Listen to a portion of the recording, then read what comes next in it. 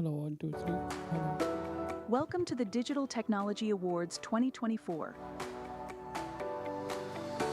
where innovation propels our journey into the future. Hello, one, After a two. Hello. triumphant debut last year, we are back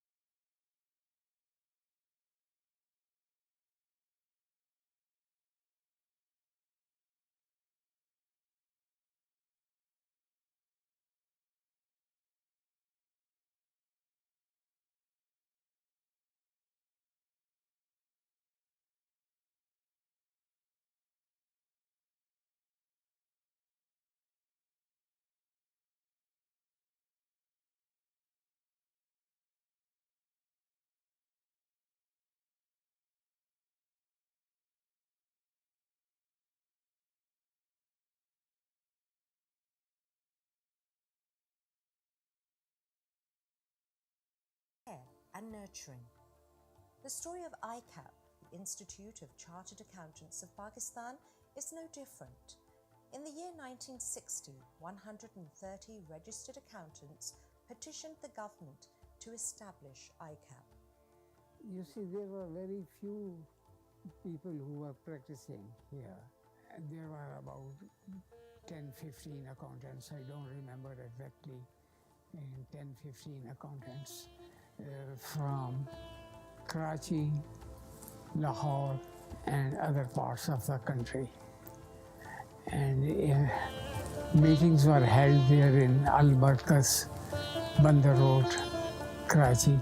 The seed thus sown finally sprouted on July the 1st, 1961, through a presidential ordinance with 179 registered accountants co-opting through a grandfathering provision as members of this new institute. The total number of registered, articled and audit clerks was 201. ICAP was housed in a small borrowed office in a Ministry of Commerce building in Sadr, Karachi, with the late Mr. Ataullah presiding over it as secretary. He was controlling ICAP and he was a very strict person, but due to his hard work, due to his controlling the profession, due to his honesty and integrity, the profession developed.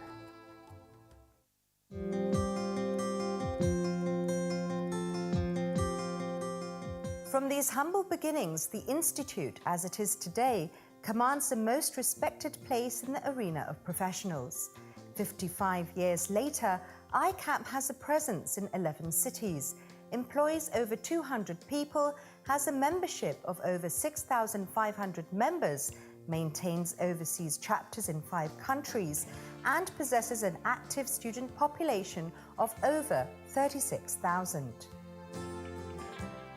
ICAP serves as the premier organisation responsible for the development and regulation of the accounting profession in the country. ICAP performs a number of functions. First, of course, is the training and examination, which is obviously very, very important because here is the future chartered accountants who are going to play a vital role in the economy. The other, of course, is regulating the profession, investigation. In addition, we also provide accountancy and auditing standards. Our diverse global alliances ensure that unique expertise, resources, and insights are readily accessible for the benefit of our fraternity of members. ICAP has arrangements in place for recognition by some of the most reputed accountancy bodies around the world, including ICAEW, Canadian Institute of Chartered Accountants, CIPFA, and CIMA, and is also a member of nearly all international and regional accountancy bodies, including IFAC, CAPA, IAASB, SAFA, and Chartered Accountants Worldwide. Our qualified professionals work in almost every industry, both at home and abroad. They are globally renowned for their technical and financial expertise, integrity, and a commitment to the public interest. They can be rated anywhere in the world in the best category, and this can be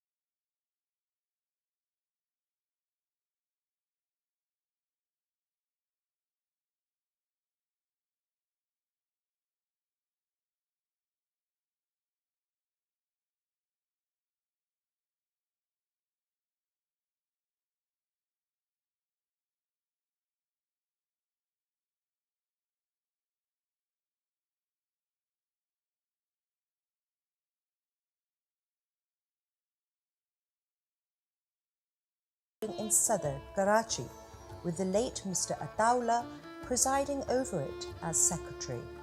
He was controlling ICAP and he was a very strict person, but due to his hard work, due to his controlling the profession, due to his honesty and integrity, the profession developed.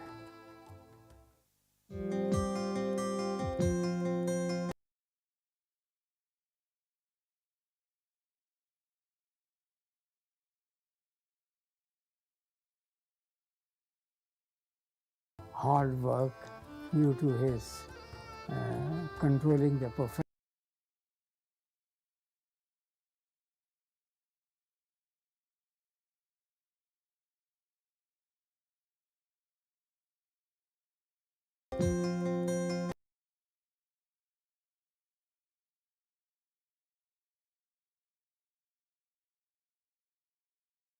The development and regulation Hard of the work accounting due profession to his in the country. ICAP performs a number of functions. First, of course, is the training and examination, which is obviously very, very important because here is the future chartered accountants who are going to play a vital role in the economy. The other, of course, is regulating the profession, investigation. In addition, we also provide accountancy and auditing standards. Our diverse global alliances ensure that unique expertise, resources, and insights are readily accessible for the benefit of our fraternity of members. ICAP has arrangements in place for recognition by some of the most reputed accountancy bodies around the world, including ICAEW, Canadian Institute of Chartered Accountants, CIPFA, and CIMA, and is also a member of nearly all international and regional accountancy bodies, including IFAC, CAPA, IAASB, SAFA, and Chartered Accountants Worldwide. Our qualified professionals work in almost every industry, both at home and abroad. They are globally renowned for their technical and financial expertise, integrity, and a commitment to the public interest. They can be rated anywhere in the world in the best category. And this can be seen by the fact that about 25% of our members are working overseas, where they are very, very highly regarded. Chartered accountants both directly and indirectly contributed quite substantially in the growth and development of this country. You may find many of the chartered accountants leading the organizations, successful organizations in Pakistan.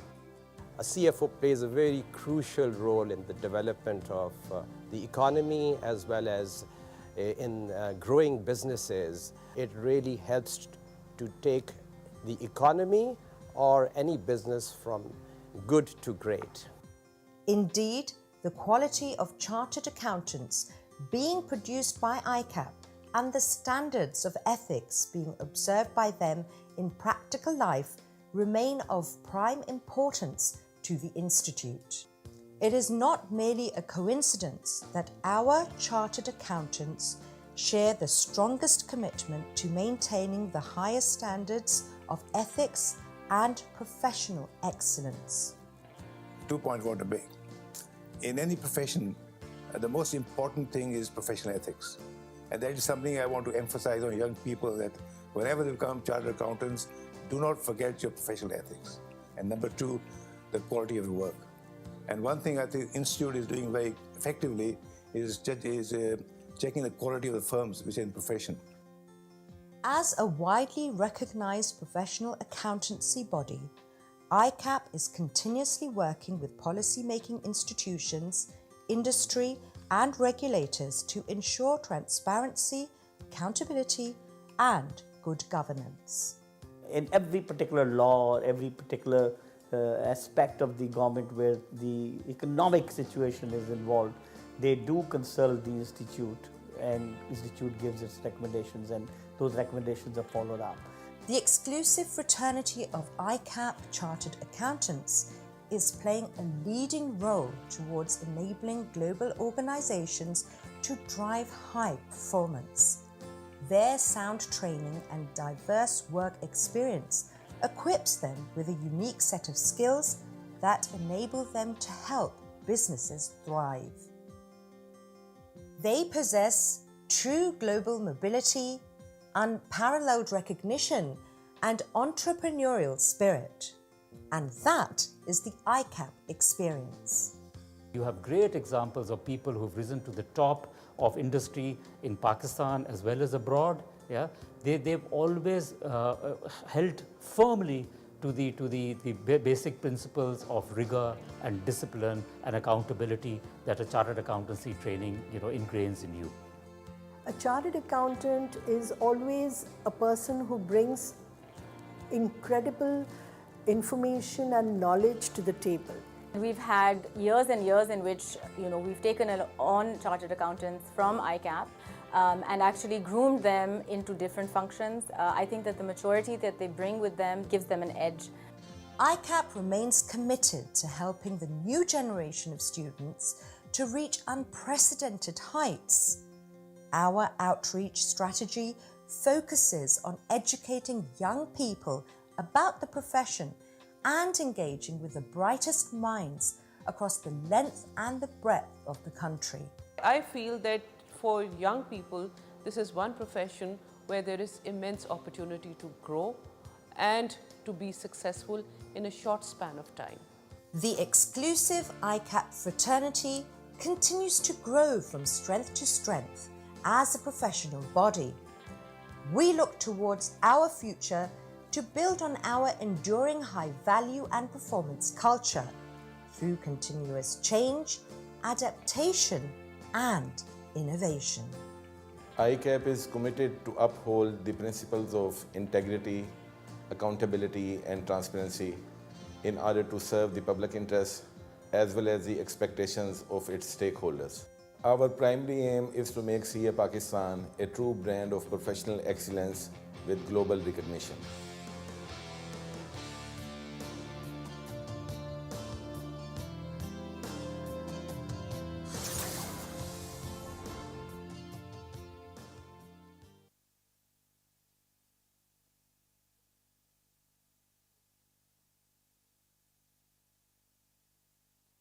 Where innovation propels our journey into the future. After a triumphant debut last year, we are back with renewed energy and enthusiasm to celebrate the revolution in digital technology, showcasing groundbreaking projects with over 70 teams, 300 participants, 10 key speakers. The bar has been set high this year. This year, we have 3 dynamic categories: use of technology in accounting, use of technology in auditing, best prepared dashboards. But that's not all. We are now introducing the Viewers' Choice Awards. Join us and submit your nominations to be part of the digital revolution at the Digital Technology Awards 2024, happening on 2nd August 2024.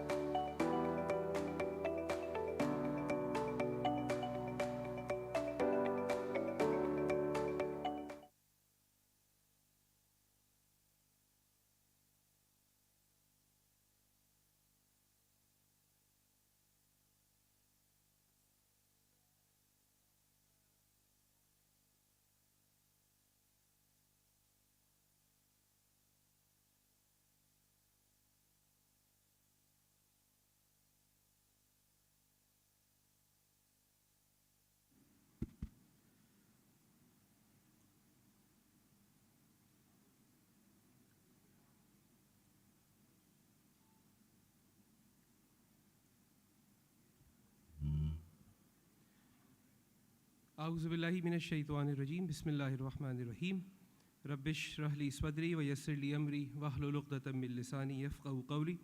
Assalamu alaikum everyone. A very good afternoon to all of you. I welcome you all to this Viewers' Choice round of the Digital Technology Awards 2024, which is an initiative of Digital Assurance and Accounting Board of ICAP. A heartfelt welcome to all our esteemed guests, We have with us Vice President ICAP, Ms. Khurshid Kotwal, and our enthusiastic participating teams, those of you who are already here, and our online viewers who are going to be the potential voters for the day. So we welcome you all. My name is Fahad Ahmed Hashmi, and I'm serving as Deputy Director, Marketing and Communication at the Institute of Chartered Accountants of Pakistan, and I am honored to be your host for the day. So we are gathered here to celebrate innovation and excellence in digital technology. Before we formally begin, let's start the proceedings with Tilawat-e-Quran Kalam-e-Pak, followed by National Anthem.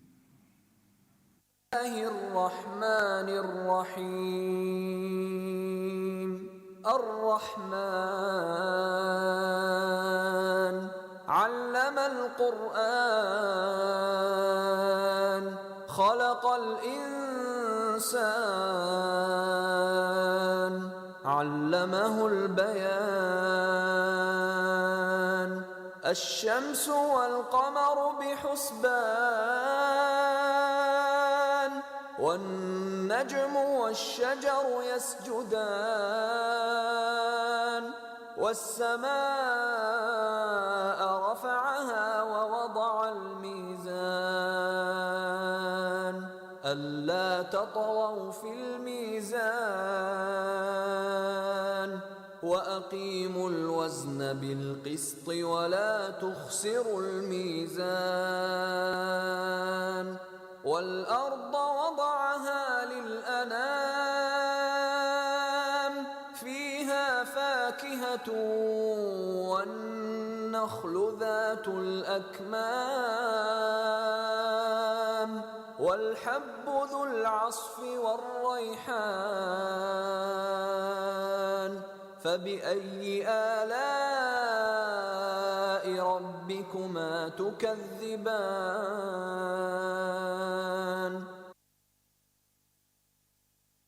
Subhanallah. Can we please rise for the national anthem? All the members of the audience are requested to please rise for the national anthem, and then we'll have it here.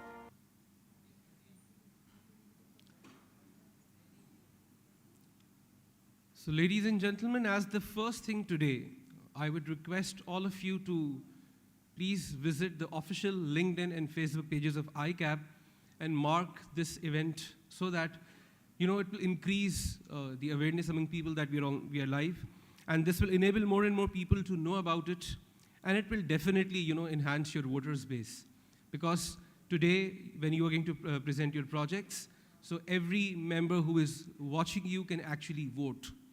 So you have to visit the ICAP pages, both the pages, the official pages of LinkedIn and Facebook, like the pages if you haven't done yet, and then also mark this event.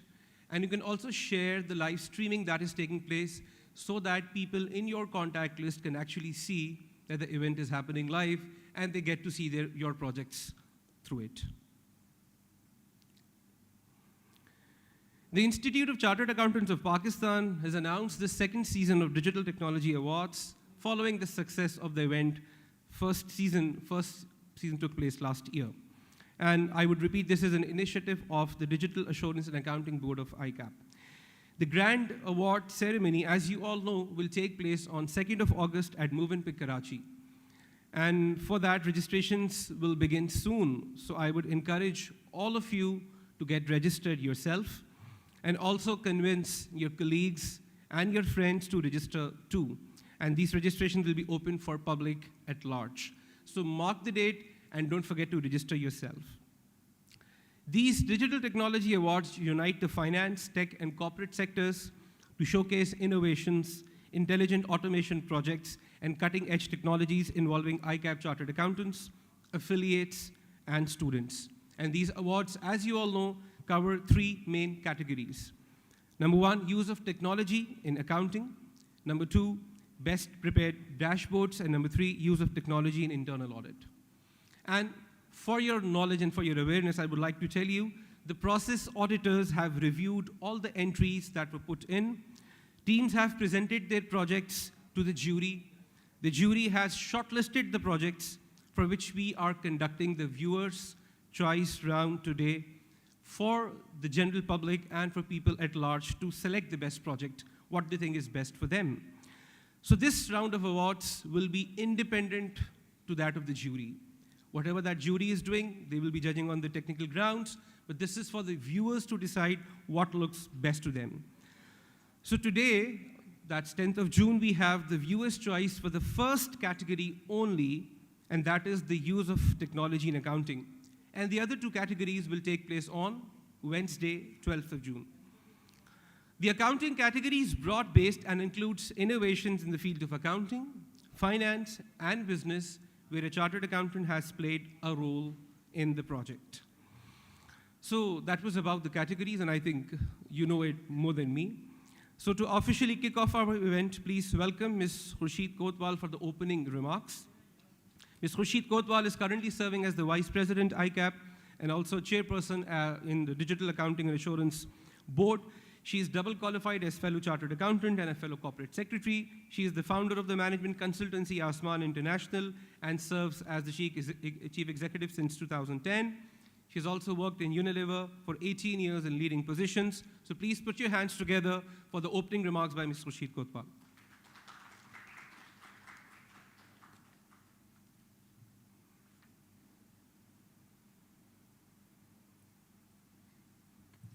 Thank you, Fahad. Good afternoon, ladies and gentlemen.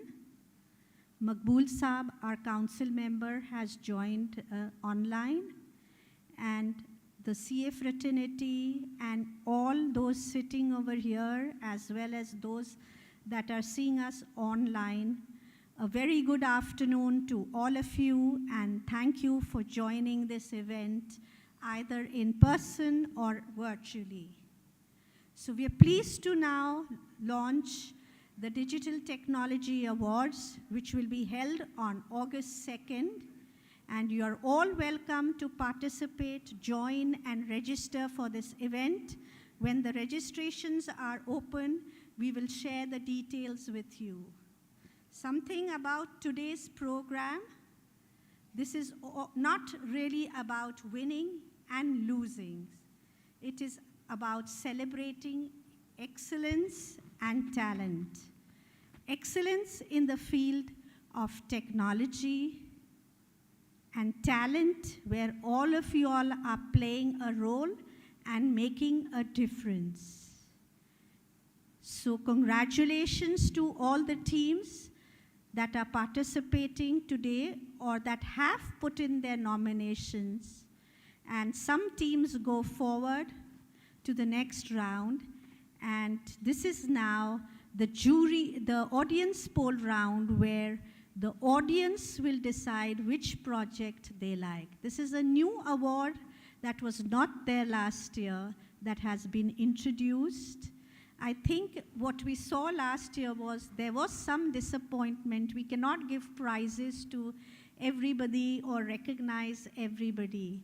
So what we've tried to do is, and there were very good projects which had just a few marking differences, like So this time we've tried to bring in different categories as well. So we have the large category, the small and medium category, and now there's a separate award for the viewer's choice as well, where what the people think matters. So all the people out there, please think carefully. Your votes are important, and it is a big responsibility that you share. And so please think carefully and vote for it. So the afternoon is going to look like a couple of talks here and there. And then all the teams will come and present their projects, and then the public can vote. The voting will be open till tomorrow. So please do share with your friends and try and participate in this. You will be able to see the video recordings as well. So choose wisely and choose the best projects. The results of today's and the jury selection as well will all be announced on August 2nd. So all a surprise on the big grand day for you all to find out who are the winners, who are the ones who were very close to the event. The jury is still looking at finalizing.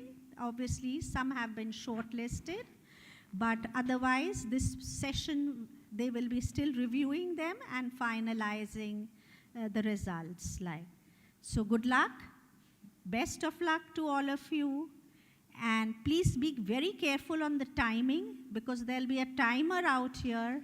15 minutes is all that is allocated to each team, and try and manage within that time, because the timer will go off, and so will the technology with it. So thank you, ladies and gentlemen.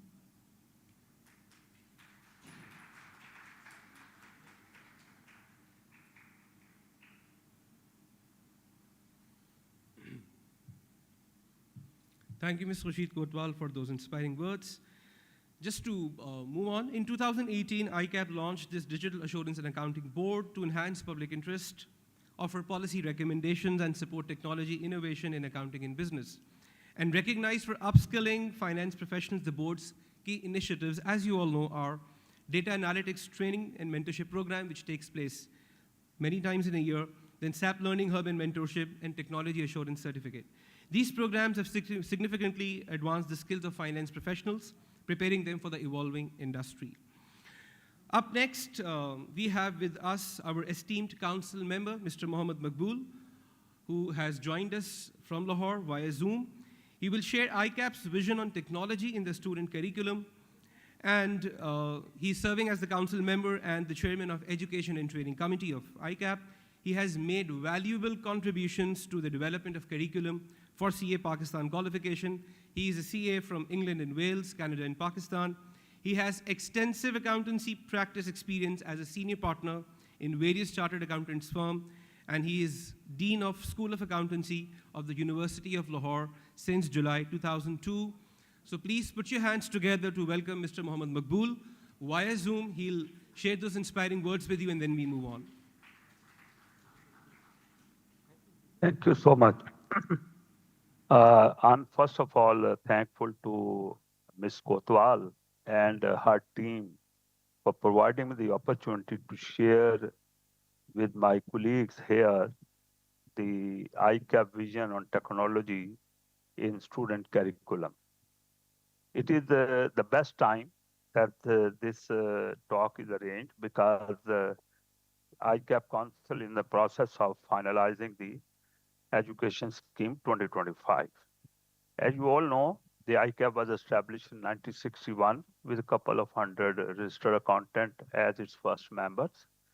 And now, Alhamdulillah, ICAP membership stands around 10,000, and it has more than 50,000 active students. ICAP qualification is internationally recognized, which is evident from the fact that more than 30% of our members are working overseas in not less than 45 countries, with the larger concentration in the Middle East, UK, US, Canada, and Australia. ICAP is striving to increase the number of its members without compromising on quality of its qualification, which is standing as a gold standard in the market. Today, the chartered accountant plays a pivotal role in ensuring the smooth functioning of accounting practices, businesses, and organizations. They are trusted advisors which are helping businesses make informed decisions and navigate complex regulatory landscapes. Their expertise is no longer just about balancing the books, it's about guiding businesses toward responsible and sustainable growth and success.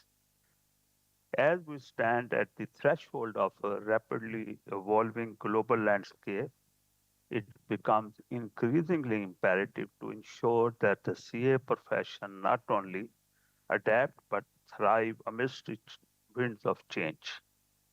ICAP is constantly watching the development taking place in today's workplaces and carefully analyzing that what new skill sets are required from future professional accountants. ICAP is committed to address the concept of future proofing of chartered accountancy qualification, which is a pursuit essential for maintaining the relevance and effectiveness of our profession. ICAP Council fully understand that the world around us is undergoing a profound transformation driven by technological advancement, changing regulatory frameworks, and shifting societal expectation. In such a dynamic environment, the role of chartered accountant extends far beyond traditional financial expertise. While proficiency in accounting principles remain foundational, it's no longer sufficient on its own. The impact of technological advancement on accounting profession has profound and multifaceted, transforming how accountant works, the skill they need, and the services they provide. The key area where the technology has made significant changes are automation and efficiency, data analytics and decision making, artificial intelligence and value creation, cloud computing, blockchain and security, remote working, and global collaborations. We can see that the advancement in technology has revolutionized the accountancy profession by automating routine tasks, enhancing data analysis capabilities, improving accuracies and compliance, and changing the skill set required for modern accountants. At ICAP, we understand that as technology continues to evolve, accountants are required to adapt and embrace new tools and methodologies to stay relevant and provide higher value services to their employers and clients.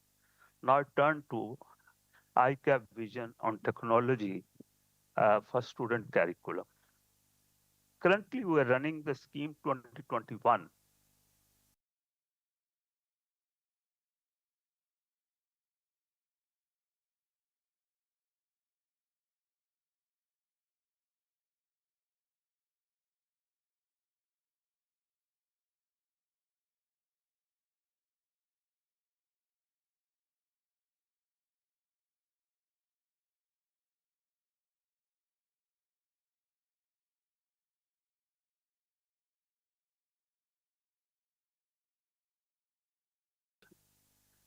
Then 2013 education scheme, we left with only one subject, which is Introduction to Accounting, that also at a IFC level, which is our prerequisite level, and where the assessment of the subject was totally based on multiple choice questions.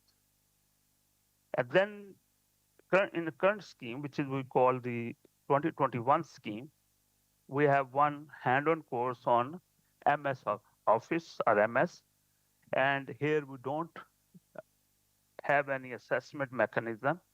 Only the tuition provider delivers this course and they test on their own the students of ICAP. And the second course we introduced in 21 scheme was the hand-on course on data analytics and fintech, where institute is conducting lower stake testing, and students are required to take the assessment in this area before they are going for any MSA, multiple subject assessment. In education scheme 2025, I will discuss what is on the table of the council. At CAF level, which is equivalent to intermediate, we are bringing a subject data, system, and risk, which is a new subject. We'll continue with the hand-on course on MS Office, but we will be adding the learning of a specified accounting software, and we will be going for lower stake testing by ICAP itself. And then we will be having hand-on course on artificial intelligence and data analytics. Here, this would be at the integrated learning module level. And that will be after completing the CAF level. Before attempting any final level paper, students have to go through this module, which is artificial intelligence and data analytics. And we will be going for lower stake testing in this. Then we are adding an elective paper in IT side. We are going to have 3 to 4 elective, and students will be required to go for one subject, elect one subject after that. One subject would be in the discipline of IT, technology. And the name coming to my mind are digital transformation, digital strategies, and information system. We are looking for a good name which should represent the kind of a knowledge we like to impart in technology. And further, we are thinking to integrate 3 things: ethics, ESG, and technology across all the 5 papers of final level. The Council of ICAP is confident that by embracing this level of technology in our curriculum, we can future-proof the chartered accountancy qualification and equip future generation of chartered accountant with the skill, knowledge, and mindset needed to thrive in a rapidly changing world, and also continue to make a positive impact on our society, economy, and businesses. So this is what the ICAP vision on technology in student curriculum. And you already know that the TAB is basically doing marvelous and excellent work in upskilling our qualified member in the shape of CPD in the area of technology, like this is data analytics and fintech, and the digital assurance, and also SAP learning. This all is being done to upgrade the skill set of our already qualified member. So thank you very much for providing me the opportunity to share with the audience the ICAP vision on technology as far as student curriculum is concerned. Thank you. Thank you, Maqbool Saab, for joining us from Lahore, taking out time for that. Moving on, as Ms. Kotwal already mentioned in the beginning, we are going to have a couple of talks. So moving on very quickly to the next talk, we have with us Mr. Osama Rashid to discuss technology innovations happening around the world. Mr. Osama will also give some tips to the presenters here on how to inspire the audience while you're giving your presentation. So Mr. Osama Rashid is a fellow member of ICAP and an elected member of Southern Regional Committee of ICAP, also serving as CPD convener. He's a business leader, entrepreneur, technologist, and management professional. Mr. Osama is the founder and chief executive of V2F Solutions, a tech and consulting-based company. He has diversified experience of over 28 years with exposure to assurance, consulting, financial controlling, and business management. So please put your hands together to welcome Mr. Osama Rashid on stage.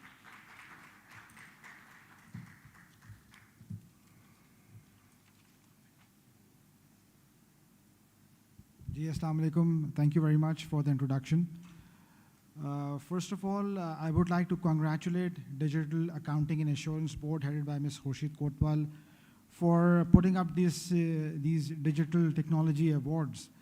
And I firmly believe that these technology awards are going to play a vital role in shaping up the much needed digital transformation in organizations.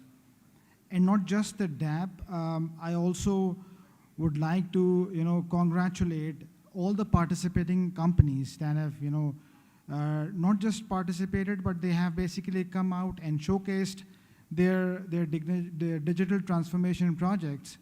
And they have shared this with the rest of the world. As an example also, this is an example for others to follow as well. And also, they might also get some useful advices from the other participating companies and the competitors that they have here in this program today. So once again, big congratulations to both DAB and all the participating organizations. There are some good big names here, also large, small and medium-sized organizations participating in these digital awards. I think we have gone through the jury process, and now we are here in this Viewers' Choice Award, and I've been advised to give few tips. So based on the time allotted, 5 minutes, I will try and give some very quick, basic tips in respect of, how you can, get attention of the viewers in terms of, getting their votes. So first of all, you should have, a good case in terms of the project that you are presenting, and that's why you are here. And you have to make that case, visibly well in terms of presenting the hardcore facts and figures that project is bringing in terms of benefits for the organization. And you have to present that in a crisp and concise manner. That is also very important. And most importantly, since these are technology awards, so you have to highlight the technology part that is being done, the innovation part that is being handled and that is being part of this project. So that's very important. And the last thing I would say, very precisely, is that the best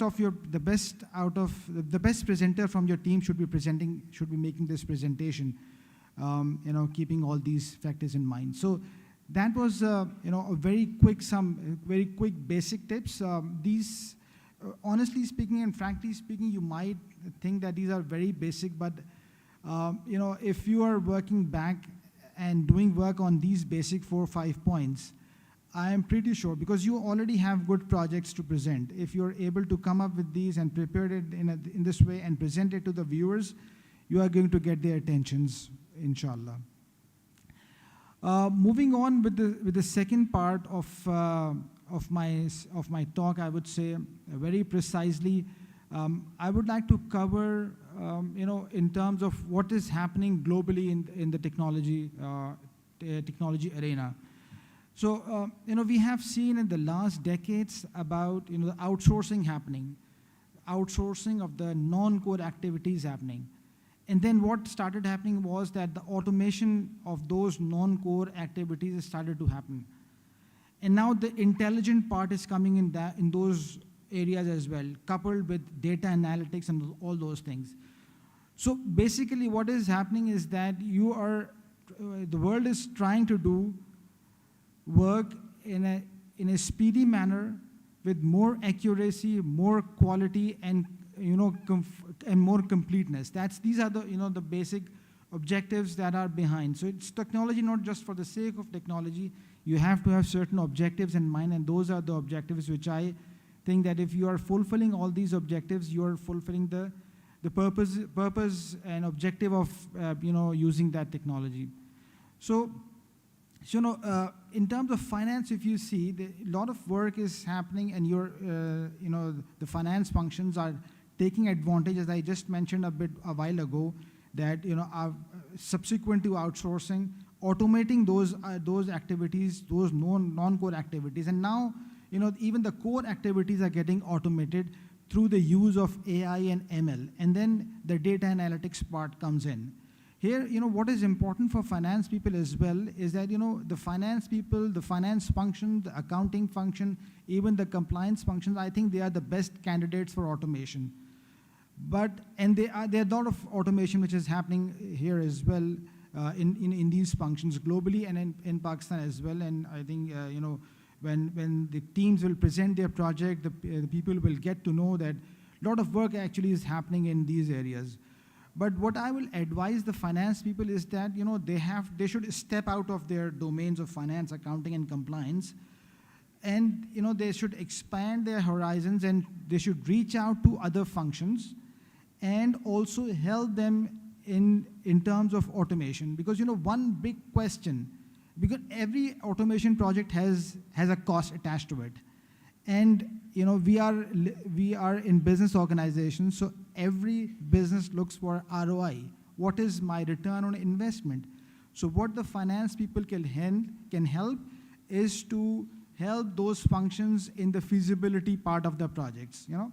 So what I will advise the finance people to step out of their own roles and reach out to these functions like marketing, sales, supply chain, even production, and help them in developing feasible technology projects. And all of these functions have definite linkages with accounting, finance, compliance, all these functions where they are sitting, they will have the impact. So if you reach out over there and pick up the chain from there and start the automation function, help the organizations from there, it will definitely add a lot of value. Another thing which I would like to state here very briefly is this, that generally in Pakistan I've seen that in automation, which basically is done through ERPs, generally speaking, it's being, either you are doing it for the first time or you're replacing your existing ERP. Those projects are being led by finance professionals, generally speaking. So, the finance professionals are more focused on their areas, that how the reports will be made, how the financial statements will come out, will my work will be done fine or not. But once again, I would say that they need to see beyond this. Now that ERP implementations are happening everywhere, now you need to go a bit further and go now into data analytics part of it. Make sure that the data which is going inside those ERPs is accurate, is complete, and now you're using that data basically to analyze and take the game a step forward.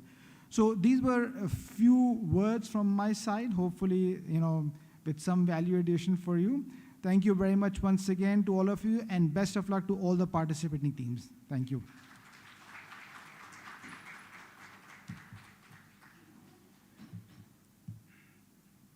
Thank you, Mr. Osama Rashid, for your insightful tips and techniques for our participants. When these awards were announced, we received nominations from a very diversified range of corporates. And therefore, to make this contest fairer, we have divided the entities into two categories. Category 1 is large organizations with a criteria of net sales or revenue greater than rupees 25 billion. And then we have medium and small organizations with a criteria of net sales or revenue of that entity less than rupees 25 billion. So before we move on to the actual presentations, let me give you a very brief layout of today's agenda. There are approximately 12 teams presenting today. 4 teams belong to the small and medium category, whereas 8 teams belong to the large organizations category. We'll have presentations followed by poll for every category. We encourage you to be seated throughout and play your active role while you're here. Group photograph will be taken at the end, so we would like you to be there till the end to make that happen. Presentation time is 15 minutes. You can see the timer right there. And all the teams presenting on stage will be able to see the timer there. So as soon as the timer would say time up, your presentations will be put to off on stage, and that will be all for you. The polling will start after the presentations are done. Voting lines will open after that. But I would seriously advise that before the polling time comes, you actually make yourself familiar with the polling procedure, the voting procedure. And you have to do it through slido.com. Once the presentations are done, you will see the QR code on the screen through which you'll be able to scan and go on to the polling page itself. But for those who are online and those who are not able to scan the QR code, you must simply visit slido.com, slido.com, where the page will open up and it will ask about your name and your email address. and it will give you the options that are available to vote, and you can simply vote, so it will hardly take 9 to 10 seconds. So while the teams are presenting here, you can make yourself familiar with the process. The voting will still to start, and it will begin after all the 4 presentations of the first category are done. So is it all clear? Okay, great. So now we move on to the presentations from the first category, and the first category is the small and medium enterprises, small and medium organizations. So we have the first presentation from the National Clearing Company of Pakistan Limited. So I would like to invite the team of NCCPL on stage, and the timer will start as soon as the first word is said by the presenter over here. So we welcome the team of NCCPL on stage to present their project.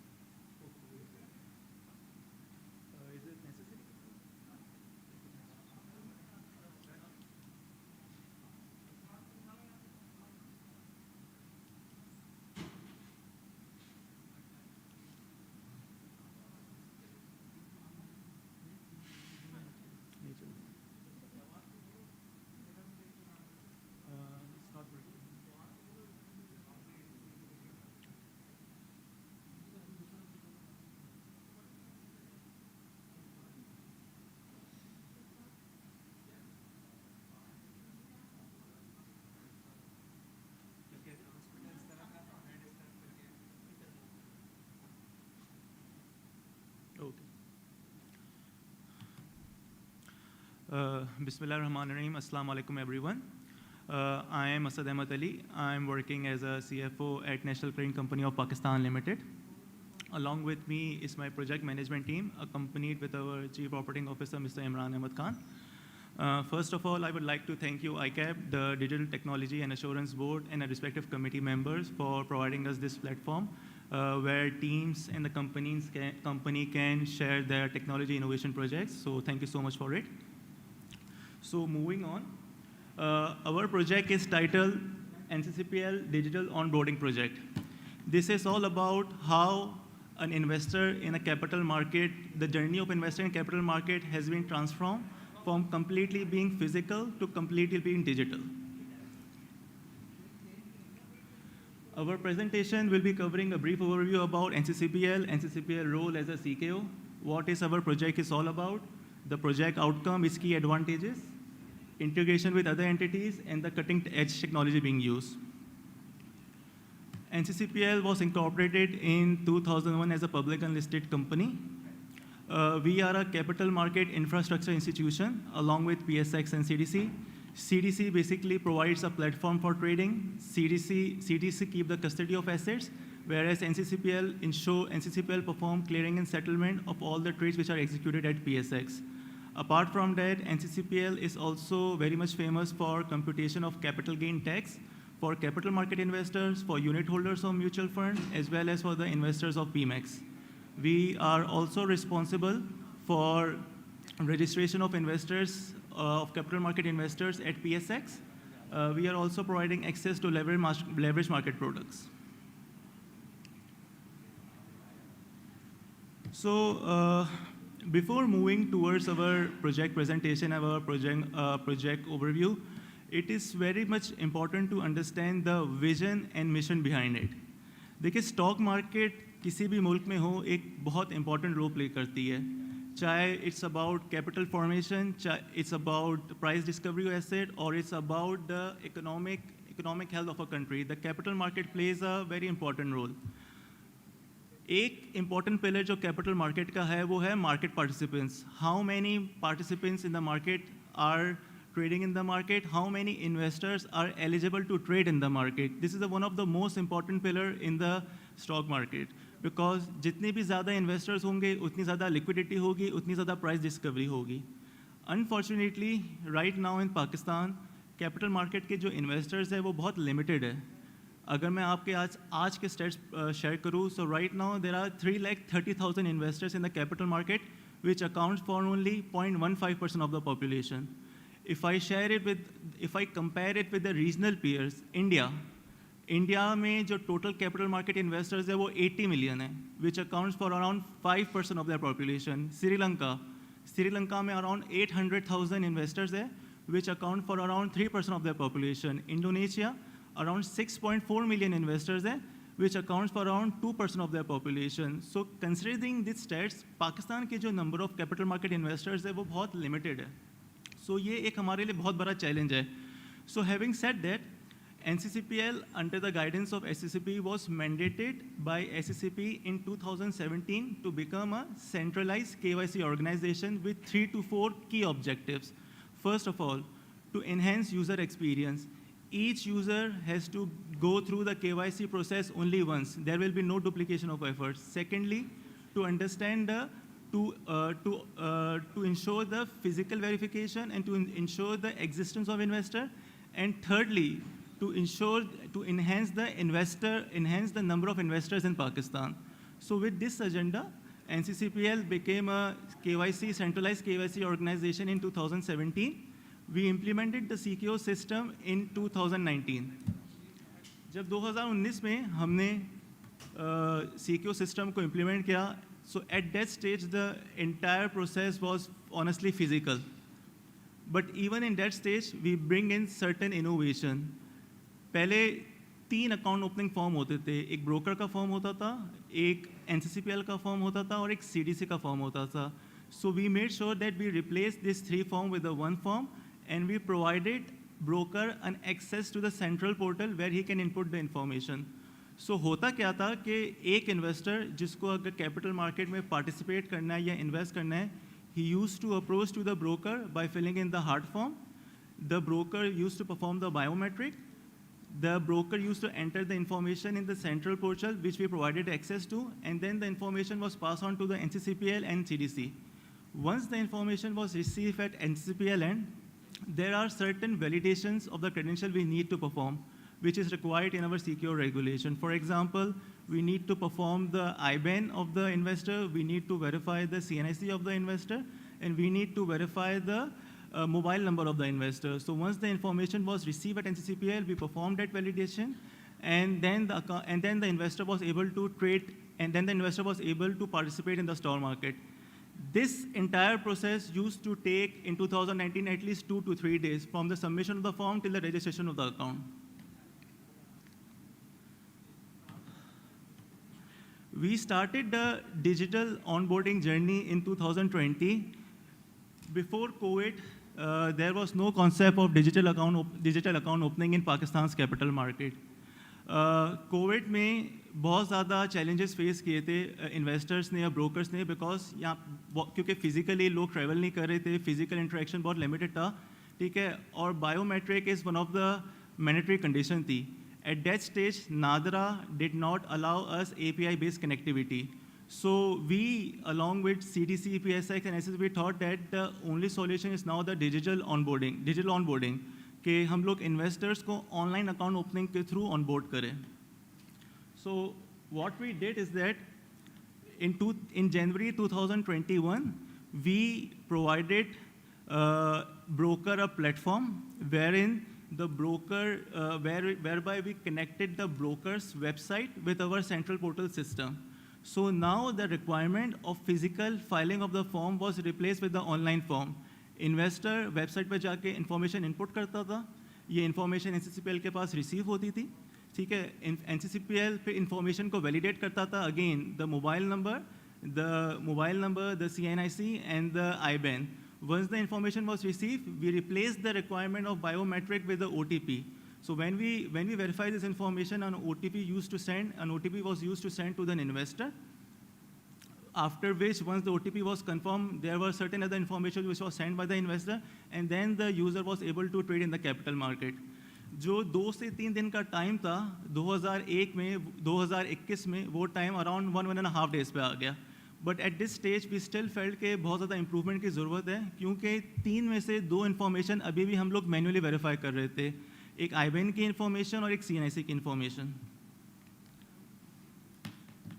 So in order to further improve the account opening process, in 2022 and 23, We approached Nadra for API-based connectivity for CNIC verification. We approached Rust for verification of IBAN. So now all three validations were being performed in an online manner. NADRA ने जब API connectivity हमने establish की तो उन्होंने हमारे पे एक requirement लगा दी कि यार आपको इनकी बायोमेट्रिक भी करनी पड़ेगी इन्वेस्टर्स से. So we also developed a biometric verification app which was known as BioVerify, which is available on iCap, which is available on Android and Apple platforms. So Alhamdulillah, we started the journey with 2 to 3 days in 2019. In 2021, the account opening span was reduced to around 1.5 days. And in 2023, Alhamdulillah, we can assuredly say that the account opening process has been reduced to around less than half an hour. The part on the NCCPL is reduced to 2 minutes, and in 20 to 25 minutes, the broker can easily open the account. See, this is the impact of the project. You can see that in financial year 19 and financial year 20, on an average, the account opening, which was used to open a capital market, ranges in the 18K and around 20K. But subsequent to the digital launch of digital project, there was a significant rise in account opening, around 124% in 2021, and these numbers continue to rise year-on-year basis. And as of today, in the current financial year, this number is 48,000, which is of 11 months, and we expect that this number will surpass the last year numbers as well. So this is again a very interesting chart. On the left side, the graph is showing the acceptability of the online account service which has been introduced by NCCPL. In 2021, around only 35% of the accounts were being opened to the online mode. But in 2024, around 84% of the accounts are now being opened to the online mode. This is amazing. The graph on the right side, you can see that in 2020, around 60% of the accounts were being opened from the three major cities, Karachi, Lahore, and Islamabad. But now, around more than 55% of accounts are being opened other than Karachi, Lahore, and Islamabad. So the broker whose branch offices do not exist in three major cities can now access investors in other cities as well. We have been also appointed as a third-party validator by SCCP for conducting customer due diligence on behalf of a regulated person. The key advantage is it's a straight-through process. We perform the real-time verification of investor without any glitch. Enhanced user experience. You are required to only perform the KYC only once. We have also provided access to the WhatsApp services, NCC Connect app. It's a massive cost saving for NCCPL as well as for the brokers in terms of operational costs and in terms of marketing costs. We comply with the CKO regulation in a very efficient manner. The system is accessible 24/7. So you can fill in the form anytime without looking at the clock. And the broader reach, as I said, that the brokers were able to target the segment outside the three cities. We are connected with the PMD. We are connected with the PMD for verification of mobile. We are connected with Nadra for verification of CNIC. We are connected with the SVP RAS system for verification of IBAN. We have developed a BioVerify app in partnership with the IDENFO Pakistan. We are connected with CDC and a number of commercial banks for opening of Roshan Digital account, Roshan Digital Equity account. We are also connected with few commercial banks for opening equity account through wallet accounts. Recently, NCCPL has also launched a smart CKO portal. So now you are no longer required to visit the broker's website. You can only visit NCCPL website, and you can open the account directly without the need to go on the broker's website.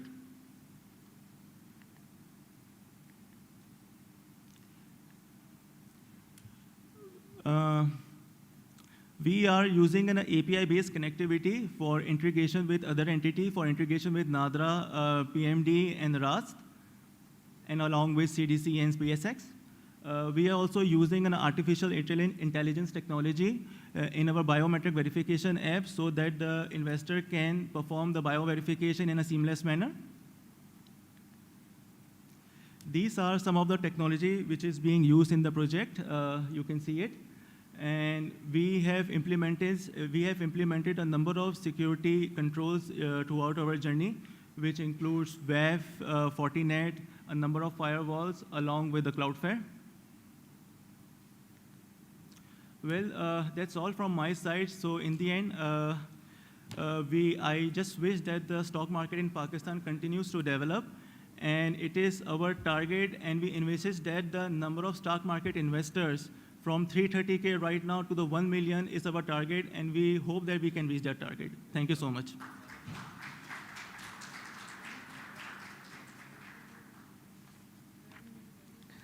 Thank you, National Clearing Company of Pakistan Limited. Well on time. You were still left with 1 minute and 18 seconds. So quickly moving on to the second one, and that is JS Investments Limited.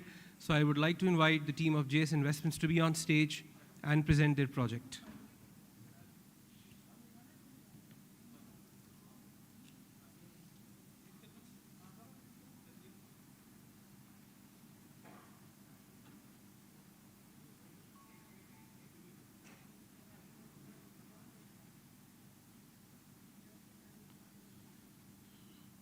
I'm going to start before I speak.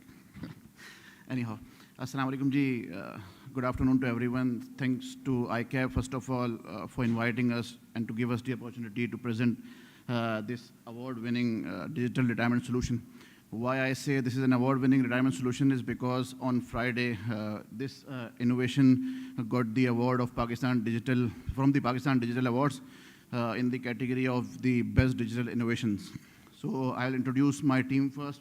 I have with me, I am the CFO of the JS Investment Limited, and I have with me Syed Mohammad Anwar. He is the CTO of the JS Investments. And with us is Ms. Samina Faisal. He is the country head of JS Investments Limited. With this, I will request Syed Anwar Saab to please move forward and present the award. Assalamu alaikum. My name is Syed Mohammad Anwar and I am a CTO at JS Investment. जैसे कि राहिल साहब ने बताया कि ये जो हमारी app है ये ऑलरेडी एक अवार्ड फ्राइडे को हम ले चुके हैं इसके ऊपर that is a Pakistan digital award और that is for the best digital innovation. मैं खाली ये थोड़ा सा ये बताना चाहूँगा कि ये इनोवेशन होती क्या है। इनोवेशन किसी भी डिफ़िकल्ट प्रोसेस को ईज़िली उसको ईज़ी करने के अंदर जो हम काम करते हैं वो उससे इनोवेशन कहलाती है। और ये नॉर्मली जो इनोवेशन हम इसको डिसाइड करते हैं वो ये करते हैं कि जो हमारा अपना काम है वो हम आसान कर लें, बट जो भी इनोवेशंस होती हैं जो नई चीज़ें आती हैं वो उस वक्त सक्सेसफुल होती हैं जब ये मासेस को जो है वो हम अफेक्ट करें और लोगों को इससे फ़ायदा हो इसके अंदर। तो मैं इसके अंदर ये बताना चाहूँगा कि जैसे कि आपने देखा कि फूड पांडा है, यंगो है, ये सारी एक मैनुअल प्रोसेस को डिजिटलाइज करने के लिए इन्होंने काम किया और ये दे आर सक्सेसफुल और वो पब्लिक में बहुत जल्दी जो है फेमस हो गई।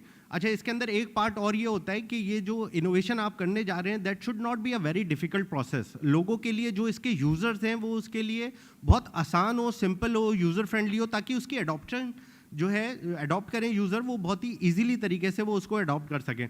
उसके अंदर अगर हम मुश्किल प्रोसेसेस डाल देंगे तो वो फिर लोग उसको यूज़ नहीं कर पाएंगे। अच्छा, हमने ये जो काम किया है वॉलंटरी पेंशन स्कीम का जो काम है, ये पहले अगर हम इसको देखें तो इसका एक लेंदी प्रोसेस था जिसके अंदर कोई 4-5 किस्म के फॉर्म्स थे, वो सारे मैनुअल फॉर्म्स थे। वो सारे फॉर्म्स हम लोग उसको भरते थे और उसके बाद फिर जो है ना वो अकाउंट खुलता था। हमने इन सारे प्रोसेस को थॉरली स्टडी करने के बाद हमने इसको जो है डिजिटलाइज कर दिया है। अच्छा, अब ये इतना सिंपल नहीं है कि that is only like onboarding process. ये कोई ऑनबोर्डिंग प्रोसेस की तरह का हमने इसको नहीं बताया। ये total it's a end to end solution. मतलब ये ऐसा है कि जब आप इसको देखेंगे मेरा ख्याल में जो हमारी यहाँ पे कंपनीज आई हैं उनमें से 3-4 ऑलरेडी हमारे प्रोस्पेक्ट कस्टमर में से हैं, उनके साथ बातचीत चल रही है इसके ऊपर। एंड जैसे जैसे लोग इसको देखते हैं पीपल स्टार्ट लविंग इट। और कुछ जगहों तो ऐसे भी हुआ है कि लोगों ने अपने ऑलरेडी, मैं किसी का नाम मेंशन नहीं करना चाहूँगा, बट ऑलरेडी अपने जो इन्वेस्टमेंट अकाउंट्स थे वो बंद करा के और ये सोल्यूशन देखने के बाद हमारे पास ओपन करा लिए। अच्छा, इसके अंदर ये कि मैं जल्दी से इसके ऊपर आता हूँ कि इसकी परफॉर्मेंस हमने कैसे गेज की है। हमने जो इसको 1 साल हो गया लॉन्च किए हुए, और हमने इसके ऊपर जो कॉर्पोरेट्स अकाउंट्स हैं उसके ऊपर हमने 400% की ग्रोथ की है विद इन अ ईयर, 400% की ग्रोथ की है विद इन अ ईयर। और जो हमारे इंडिविजुअल कस्टमर हैं उसके अंदर हमने 1400% की ग्रोथ की है। मतलब ये आप इससे अंदाज़ा लगाएं कि ये सोल्यूशन पब्लिक के अंदर कितना फेमस हो रहा है और ये कितनी एडॉप्टेशन है इसकी सोल्यूशन की, कि ये इतनी जल्दी लोग जो है ना वो इसके ऊपर आ रहे हैं। अच्छा, मैं इसके अंदर ये बताना चाहूँ, सॉरी मैं मिस कर गया, मेरे CFO ने मुझे पॉइंट आउट किया कि मैं ये सोल्यूशन के बारे में बताऊँ कि सोल्यूशन है क्या। ये VPS का हमने सोल्यूशन है जो कि वॉलंटरी पेंशन स्कीम है। इसमें ये है कि ये जो स्कीम है इसके अंदर हम इसके पैसे जो है वो मंथली हम इसके अंदर पैसे जमा करा सकते हैं जो कि आपके PF अकाउंट से डिडक्ट होके आ जाते हैं। अच्छा, इसके अंदर एक फ़ायदा ये है कि अगर आप, ये एक वाहिद स्कीम है इस वक्त पाकिस्तान में जिससे आप 20% टैक्स रिबेट ले सकते हैं। 20% टैक्स रिबेट का मतलब ये है कि आपकी साल की 2.5 सैलरी जो है वो टैक्स फ्री हो जाएगी। यहाँ पे माशाल्लाह सारे CFOs बैठे हुए हैं, वो सारे इस चीज़ को जानते होंगे कि 20% VPS का एक वाहिद, पहले इंश्योरेंस के ऊपर और म्यूचुअल फंड के ऊपर टैक्स रिबेट मिलता था, बट आजकल गवर्नमेंट ने उसको ख़त्म कर दिया है। तो this is the only way जिसके ज़रिए आप टैक्स रिबेट ले सकते हैं, 20% की टैक्स रिबेट ले सकते हैं। और फिर जो हम जिन फंड्स के अंदर इन्वेस्ट करते हैं वो फंड्स भी हमारे 19 और 20% के अराउंड जो है वो रिटर्न देते हैं। तो आप अपनी इन्वेस्टमेंट के ऊपर अराउंड 40% के करीब रिटर्न जो है वो इस प्रोडक्ट के ज़रिए हमारे आप ले सकते हैं, जो कि आपको कहीं पे भी कोई भी नहीं दे सकता इसके अंदर। अच्छा, अब इसके अंदर आ जाएं कि फ्यूचर प्लान्स क्या है। ये जो ग्रोथ जो है वो मैंने आपको इसके अंदर दिखा दी है। फ्यूचर प्लान्स जो है ना वो हमारे अभी, क्योंकि हमने इसको मार्केट नहीं किया है प्रॉपर तरीके से, हम इसको 1 साल हुआ था, हम इसको खाली अपने उन कस्टमर्स को जो कि हमारे साथ बहुत क्लोज थे, हम खाली उनको इसको ऑफर कर रहे थे। But now we are going to market it, और हमारे जो फ्यूचर प्लान्स हैं वो बहुत ख़तरनाक है। हमारी कोशिश ये है कि हम इसकी जो हमारी ग्रोथ है वो हम इसको नेक्स्ट ईयर में डबल से भी ज़्यादा हम इसके ऊपर लेके जाएं, क्योंकि अब हम मासेस को हिट करने वाले हैं। अच्छा, इसके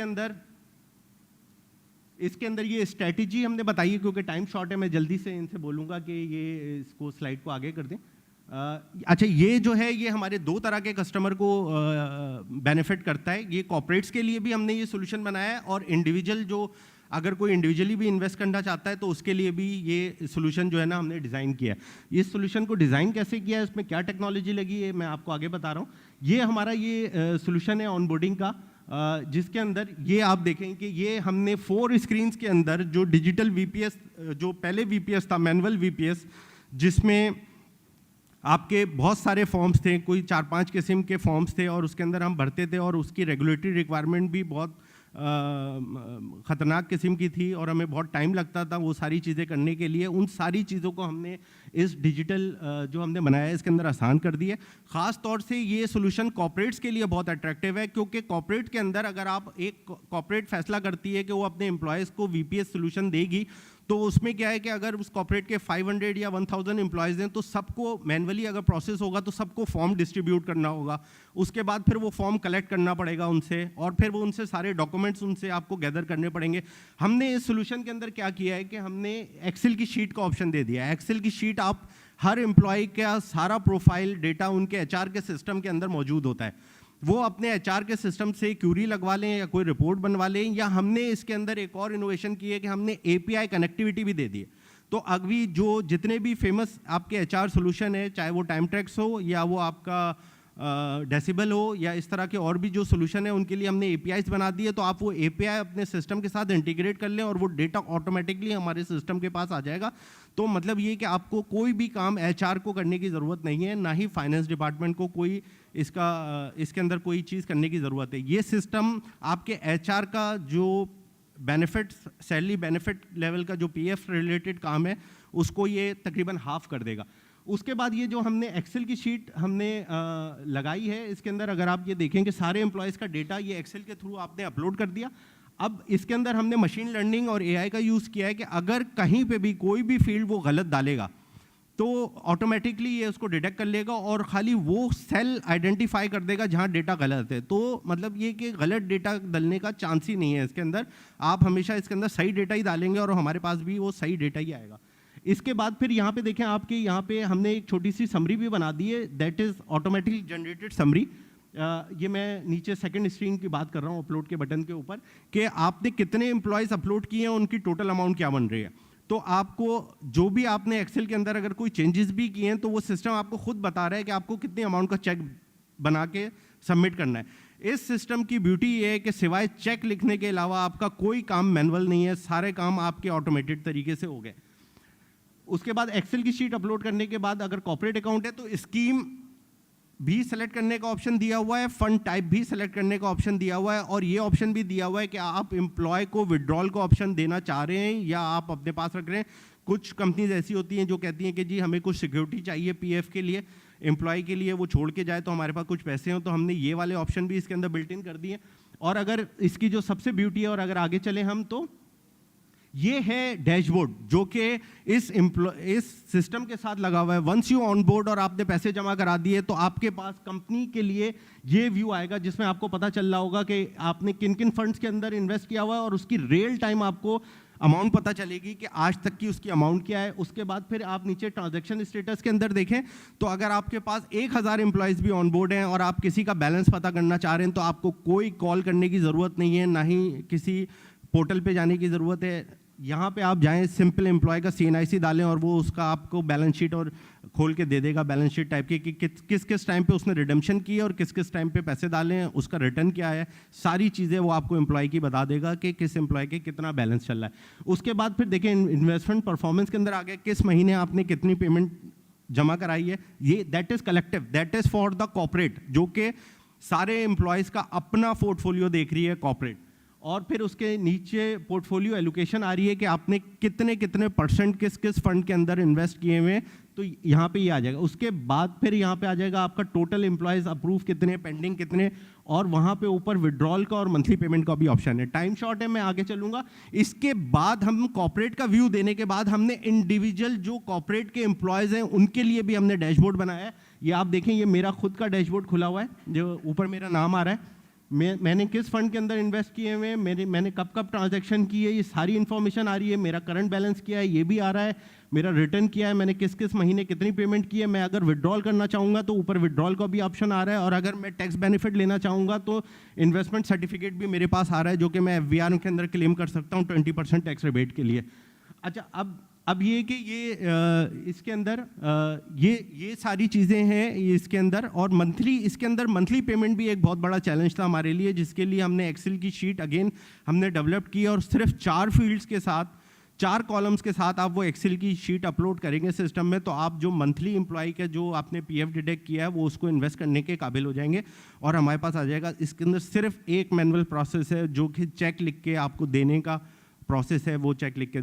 अच्छा, इसके अंदर हमारी जो फाइनेंस की टीम है, इन्होंने बहुत बड़ा किरदार अदा किया है। जो हमारे CFO हैं, इनकी टीम ने, जो कि रिटर्न की जितनी कैलकुलेशंस हैं वो सारी जो है वो इन्होंने वेट की हैं और बना के दी हैं हमें, और बहुत ही सिंपल फॉर्मेट के अंदर बना के दी हैं। इसके अलावा फिर अकाउंट स्टेटमेंट जो है उसको हमने रिवैम्प किया है, और एक नहायत ही सिंपल किस्म का अकाउंट स्टेटमेंट है, जो कि एक लेमैन भी अगर उसको देखेगा तो उसकी समझ में आ जाएगा कि वो क्या है। इस वक्त ये सोल्यूशन इंडस्ट्री में किसी के पास भी नहीं है। हर आदमी हम एक कंपनी के अंदर हमने इसको डेमो दिया, एंड उनके CEO का कहना था कि अगर मुझे अपने किसी एम्प्लॉय का बैलेंस पता करना होता है PF का, तो मुझे आई रिक्वायर्ड 3 डेज़। वो जो कंपनी है म्यूचुअल फंड, मैं किसी कंपनी का नाम नहीं लूँगा, वो मुझसे 3 दिन लेती है, और उसके बाद फिर मुझे वो उसका बैलेंस जो है ना वो बताती है। तो मेरे लिए बड़ा मुश्किल हो जाता है एम्प्लॉयज़ की जो रिडेम्पशन की रिक्वेस्ट आती है उसके ऊपर बहुत जल्दी प्रोसेस करना, क्योंकि नॉर्मली लोग जो पैसे निकालते हैं PF से वो किसी ज़रूरत के तहत निकालते हैं, उनको फौरी पैसे चाहिए होते हैं। तो 3 दिन में अगर रिक्वेस्ट आती है तो उनका प्रोसेसिंग टाइम भी फिर उतना ही है। हमने यहाँ पे विड्रॉल का जो ऑप्शन दिया हुआ है, that is real time withdrawal. आप यहाँ से डालेंगे, अगले 2 दिनों में आपके अकाउंट के अंदर ऑटोमेटिकली पैसे ट्रांसफ़र हो जाएंगे। उसके बाद फिर ये कि ये देखें, हमारा ये अवार्ड जीतना क्यों चाहिए। नॉर्मली जो कंपनीज काम करती हैं डिजिटल इनोवेशन के अंदर, वो अपने लिए काम करती हैं, वो अपने प्रोसेसेस के अंदर बेहतर बनाने में, अपने एम्प्लॉयज़ का काम कट करने के लिए काम करती है। हमने ये जो काम किया है ये हमने पब्लिक के लिए किया है। हमारा भी काम इसके अंदर आसान हो रहा है, बट इससे जो दूसरी कंपनीज हैं वो उनको बहुत ज़्यादा फ़ायदा होगा। ना सिर्फ कि हमारा टाइम बचेगा, बल्कि उनका भी उतना ही टाइम बच रहा है जितना हमारा टाइम बच रहा है, क्योंकि वो लोग भी जो PF की जितनी भी वर्किंग है, हर एम्प्लॉय की एक प्रॉब्लम होती है हर कंपनी के अंदर कि यार इसने कब कब विड्रॉल कराया, कब कब नहीं कराया, और फिर एम्प्लॉयज़ को अक्सर याद भी नहीं होता कि अच्छा मैंने 5 साल पहले कब विड्रॉल कराया था, मेरा इतना बैलेंस क्यों कम बन रहा है। तो ये जो रियल टाइम इन्फॉर्मेशन हर एम्प्लॉय को दी जा रही है, इससे वो हर वक्त जाके खुद देख सकता है कि उसके कितने पैसे पड़े हुए, कितने नहीं पैसे पड़े हुए। दूसरा ये कि मैं ये बताऊं कि हमें ये जो है, हमने ऑलरेडी ये पाकिस्तान डिजिटल अवार्ड के अंदर इसको प्रेजेंट किया और माशाल्लाह उनका भी बहुत ही कॉम्पिटेंट किस्म का जूरी पैनल था and they gone through in very detail of this project. और अल्हम्दुलिल्लाह हमने फ्राइडे को हमें इसके ऊपर एक अवार्ड मिला है इसी प्रोजेक्ट के ऊपर। और मैं ये समझता हूँ कि इसके ये सॉल्यूशन जो है ये इंडस्ट्री में गेम चेंजिंग का काम करेगा। हमने अभी KPK के अंदर VPS का जो हुआ है उन लोगों को भी हमने यही सॉल्यूशन ऑफ़र किया और अभी पंजाब VPS जो शुरू होने वाला है उसके अंदर भी हम यही चीज़ जो है वो हम ऑफ़र करने जा रहे हैं। और उसके रिज़ल्ट्स ये हैं कि हमारे पास जितनी ऑनबोर्डिंग KPK की हमारे पास हो रही है ऑन मंथली बेसिस, उतनी वो किसी और कंपनी की नहीं हो रही है, बिकॉज के लोगों को विजिबिलिटी आती है, लोग खुद देख लेते हैं कि हमारे पैसे कितने और हमें कितना रिटर्न मिल रहा है। और इंशाल्लाह हमें उम्मीद है कि पंजाब के अंदर भी जब वो शुरू होगा तो हम वहाँ पे भी लीड करेंगे because of this project. Thank you so much.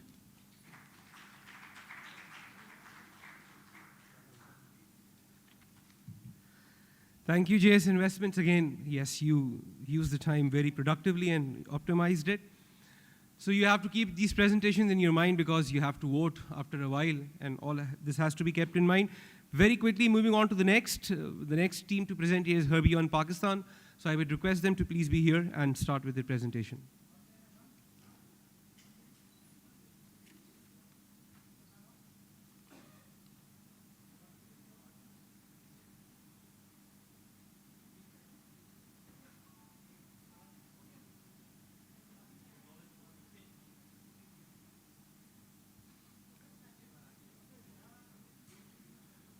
Assalamu alaikum everyone. I am Danish Hussain Beg, Head of IT in Herbeyond Pakistan. Along with me, my colleague Osama and Ahmed Nasir, he is the company secretary. So we are here to present our presentation regarding the digital transformation which we have done in our organization. So let me just give you the brief introduction and then my colleague Mr. Osama will present the presentation. Basically, company Herbeyond management give us the target to implement AI in our organization and optimize with the cost reduction. The solution should optimize the working environment and work strategy and with along the cost reduction solution. So we optimize and reduce the cost of our finance division. Here, we first, with our finance team, we first analyze what area is most effective area, and we diagnose that the data entry part in our organization is taking a very long time, and it takes around 3 to 4 weeks to complete the whole data entry process, and the information is available after a month. So there is a 1 month lag between the information availability and the data entry. So we did this by optimizing and automating the process. So I invite Mr. Osama to present the next part. Assalamu alaikum everyone. So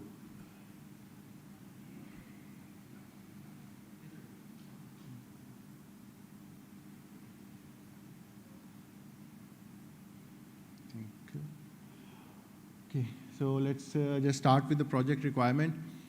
जब भी हम organisation के अंदर data entry, manual data entry की बात करते हैं, तो the few things that pop up, the few issues that pop up are, number 1, it is a lengthy process. Number 2, it requires resources, and most of the time very competent resources. They are given the task of data entry and they are reduced to manual repetitive work that could be automated.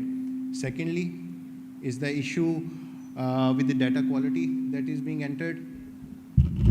The task of manual data entry, it always carries with it a risk of errors in the data entry process. And thirdly, the main issue is the reporting time. If you start the data entry process of the bank statements, of the sales recording, it takes a lot of time. So the final information that is available for the management to make the decisions, it comes after 3 to 4 weeks.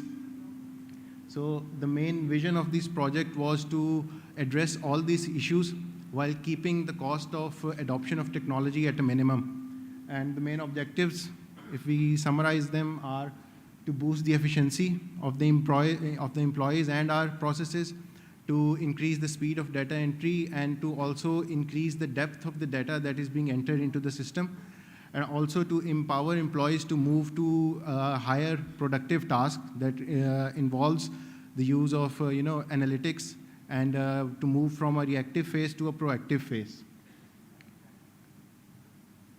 So if we talk about the methodology of the project, so what we need is basically, we need a complete ETL pipeline, जिसका basic purpose ये हो कि उसको एक input चाहिए that can be in PDF forms or in scanned documents.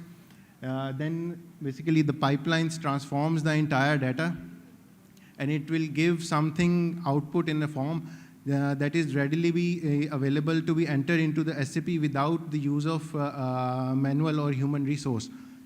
So what we did was we replaced this entire data pipeline through automated bots that were developed using Python. So now what we have is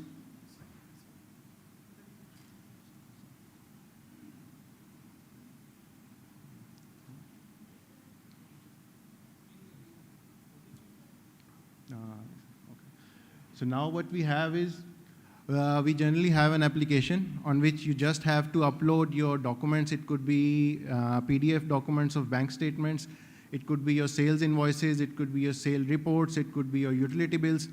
And what the bot does, it does all the data processing for itself. It fetches all the SAP codes that are required to be entered into the system.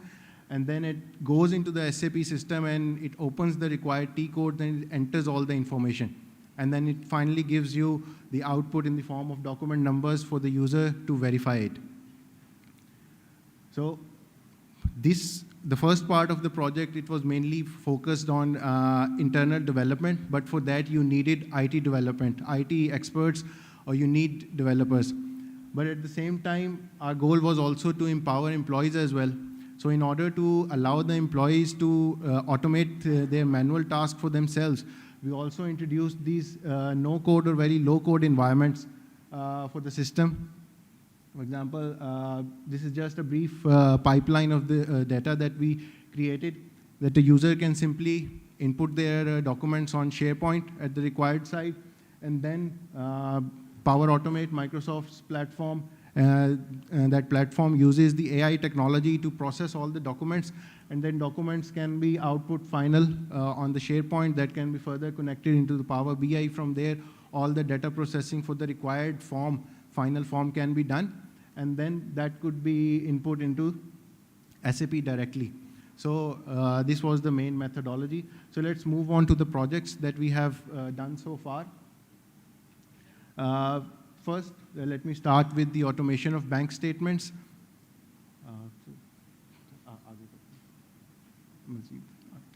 So this is just a brief view of the automation project that we have done for the bank statements. As you can see in the video, we have an online portal from where the user simply uploads the PDF documents of the bank statements, and then the rest of the part, all of the data processing and the data entry part, it is being performed by the bot.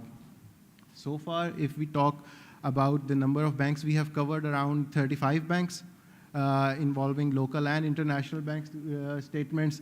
The details of all the countries and the banks that we have covered are also present on the slide.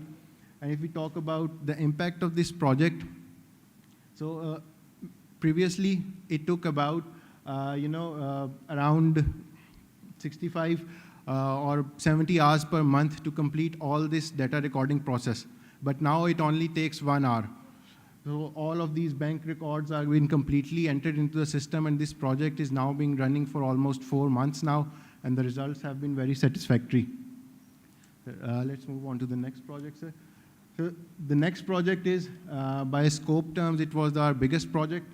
it was the automation of Amazon sales and its recording in SAP. So right now we have around 27 countries from where we get sales from Amazon. Previously, at the end of the month, when we get the sales report, it would require around 4 to 6 weeks to complete the data entry processes, because you had to create around 7,000 to 8,000 sales order. But now, after this system, we have reduced the data entry process from 91 hours by an amount of almost 91 hours per month. Well, not only we have reduced the data entry process, but we also have enriched the amount of data that is being entered into the system. Now, for each order, for each sale order, we are also capturing the state and the city from which the order is taking, the order number, the customer details as well. And all of these is being standardized. So this bot basically not only completes the sale order, it also completes the sale orders, then it goes into and performs the delivery, then it goes and opens the accounts and performs all the expense and transfer postings. And at the final end, it gives all the document numbers for the users to just check the documents before the final posting. So if in terms of, like I said, there are three main advantages of this project. Our reporting time, sales recording time has been reduced from 4 to 6 weeks to 1 week. And secondly, the depth of the data that is being captured into the system, that has increased greatly. And thirdly is the amount of time previously which was consumed by our resources to enter these sales, that is also completely automated. Moving on to the next project. So our next project is the automation of all the utility bills. We've also created a platform where you can just simply upload all your utility bills, and again, the system will process all the bills and post all these entries in SAP. And again, the main advantages from this project are twofold. First is the data enrichment. We are also now recording the number of units and of electricity consumed or the gas along in SAP, and also is the time that is consumed previously is also being changed. Let's quickly move on to the next project. So this was just a regulatory requirement. We needed a format, a data format, which in our office in Uzbekistan, which was the regulatory requirement. So what this application does is that the user simply has to enter a date range, and on the given date range, the bot will go into the system. It will access all the billing documents created between these dates. It will fetch all the required details from the system. It involves the price, the taxes, the items that are being created. And what it does finally, that it gives the user the Excel form in the final required output that can be directly uploaded on the government portals. So again, it has provided user a greater flexibility to search what they want to do. And also again, the time that was previously consumed in searching the documents and extracting manual information from it, that has also been reduced. This system again has been running for around 3 months now. Moving on to the next project. So the next project involves the maintenance of exchange rates in SAP. Previously, because it was a time-consuming process, so previously in our organization, the exchange rates were updated in SAP for only twice a month. But now we have created a data scraper that you just have to run the application. The application will go onto the internet, scrap all the information, and enter all that information into SAP itself. So now we have, from twice a month, we have moved to daily maintenance of exchange rates. And also for the backup requirements, we have uploaded all the monthly exchange rates to the SharePoint as well. So our data backup is also being created through this application. So next slide, please. Also, there are numerous other projects as well. One of these is the petty cash recording that is occurring in our plants. So previously, all the petty cash that was being handled, it was handled manually. All the records were being held, were kept manually, and at the end of the month or at the end of the week, the accountant would have to sit down and it will have to verify all the records and then post those cash recordings in it. But now, they just have to maintain their database, and the rest of the work the bot is doing. It is reading the database, processing all of the complete processing of data is being handled by it, and also its complete entry in SAP. So,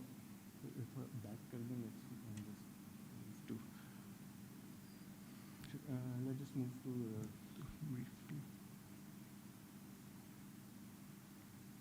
So basically, this is just an ongoing process, but these are some of the areas that we have completed so far, and we are gradually expanding it in financial domains as well as to our other departments as well.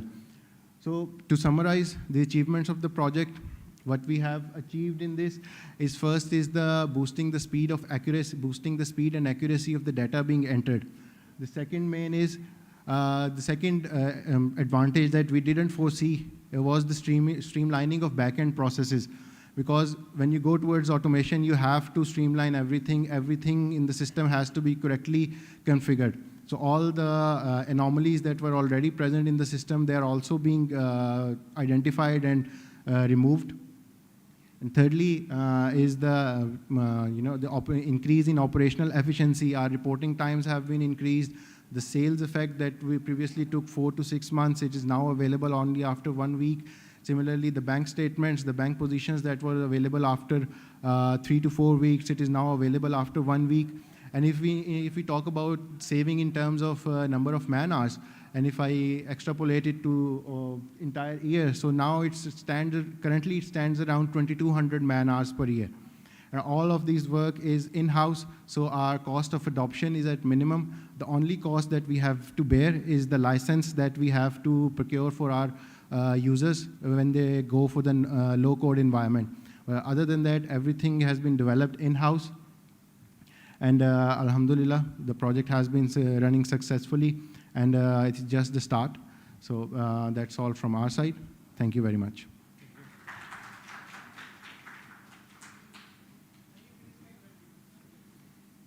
Okay, thank you, Herbion Pakistan Limited. Okay, so unfortunately, we do not have the fourth participating team present here. So with this, we come to the end of our category for small and medium organizations. And I think it's very fortunate for the remaining 3 teams. So you have less competition now, right?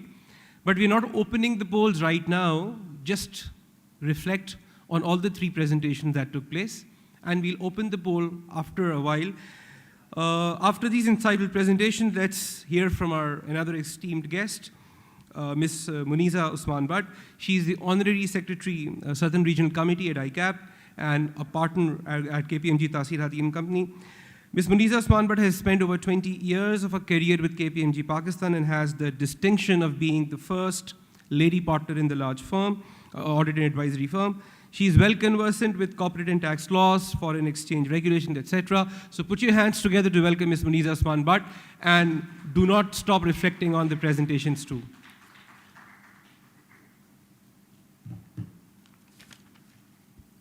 Bismillahirrahmanirrahim. Nahmadu nasalli ala Rasulil Kareem. It's a great pleasure to be here, and I would really like to congratulate Khurshid. She's an inspiration for me in the profession, and the way she has taken the game up for Digital Board, it's amazing.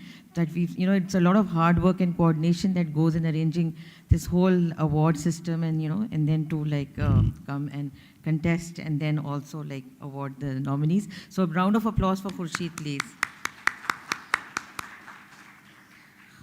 I've been asked today to speak about the future of auditing profession in the digital era. So going on forward from Herbion's presentation, we've just seen about transaction processing and all. And next comes the audit aspect. And auditing is also not far away to be touched by the digital era. So over the last decades, we've seen digitalization in our environment, which is progressing at an increasing speed. Creating and using data has become a daily aspect of our lives, including for auditors. Today, I want to take you on a journey, a very short journey, into the future of auditing in this digital age, exploring the challenges, opportunities, and transformations that lie ahead. The digital revolution has brought about unparalleled advancements in technology, transforming the way we work, live, and do business. With the rise of big data and artificial intelligence, blockchain, and other disruptive technologies, the auditing profession is experiencing a profound evolution, not less than a revolution. One of the most significant changes that we're witnessing is the automation of the traditional audit processes. Manual tasks that were once time-consuming and prone to error are now being streamlined through the use of AI-powered tools and data analytics. This automation not only enhances the efficiency and accuracy of audits, but also allows auditors to focus their expertise on higher value activities such as risk assessment and strategic analysis. With these advancements come new challenges. The creation of digital data has created a vast, complex landscape for auditors to navigate. Ensuring the integrity and security of this data is paramount, as any breaches or inaccuracies could have far-reaching consequences. Additionally, auditors must grapple with the ethical implications of using AI and other technologies in their work, ensuring that they uphold the principles of independence, objectivity, and integrity. Furthermore, the digital era is blurring the lines between traditional audit and advisory services. As businesses become increasingly reliant on technology, auditors are being called upon to provide insights and guidance on a wide range of digital issues, from cybersecurity and data privacy to digital transformation and emerging risks.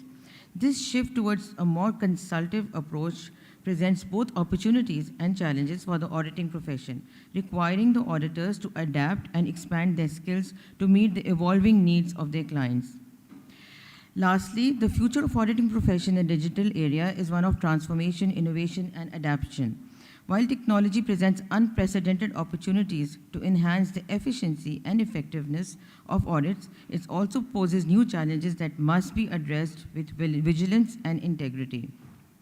By embracing these challenges and staying at the forefront of technological innovation, auditors can continue to uphold the highest standards of professionalism and ensure the trust and confidence of stakeholders in an increasingly digital world. At last, but not the least, I'd like to congratulate all the participants who have come here. It's not about winning and losing. It's about showcasing your product and inspiring the many others to follow suit. So my best of luck to all the participants. Thank you.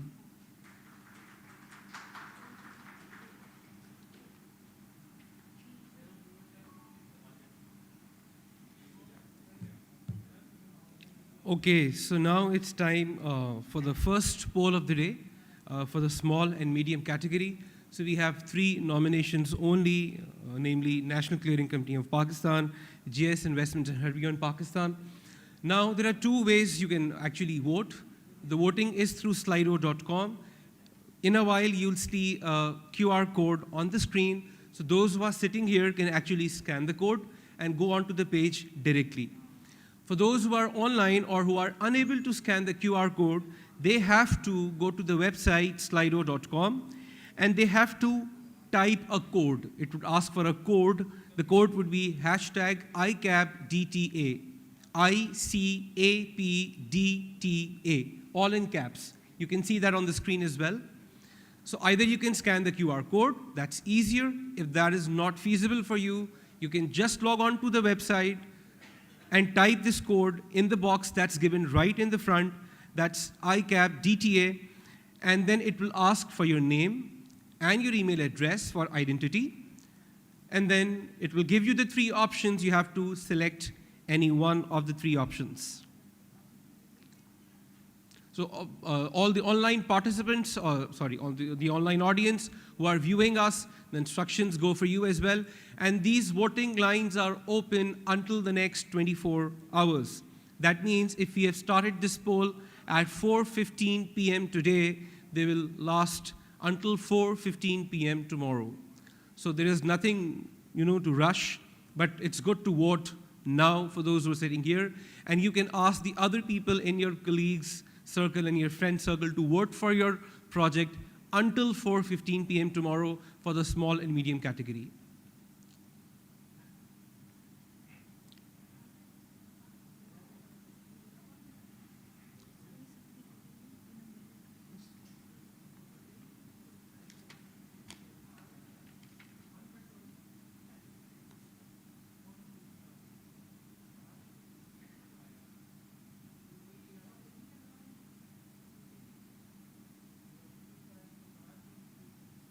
I'm sure it's smooth and error-free. Oh, so I think a lot of people have already voted. Okay, great. So these presentations will remain available on our Facebook page. Anyone who wants to look at them, after you would ask them to vote, they can actually have a look at these presentations on the Facebook page of ICAP, and they can vote in the next 24 hours. I repeat, the voting lines for this category will go up to 4:15 p.m. tomorrow, that is 11th of June.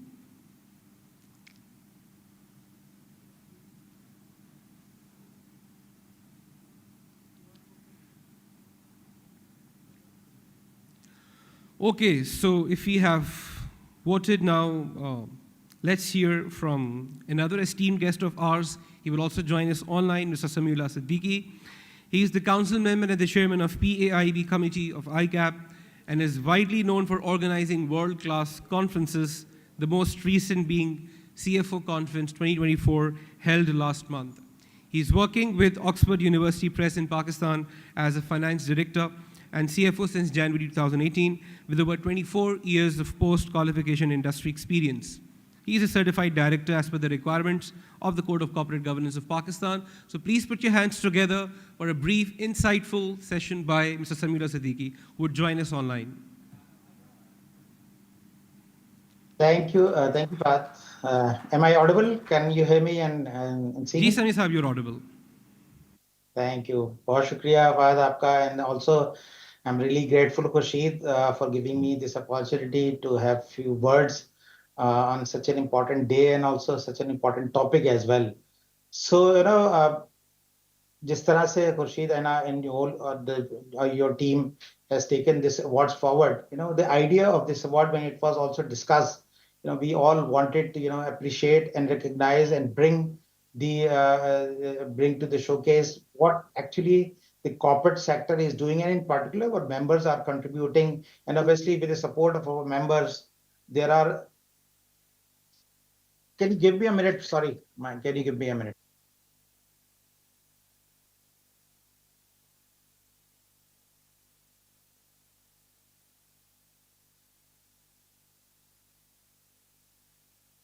Okay, so until Sami Saab is back, we are preparing for the next category, and I hope all the teams are here.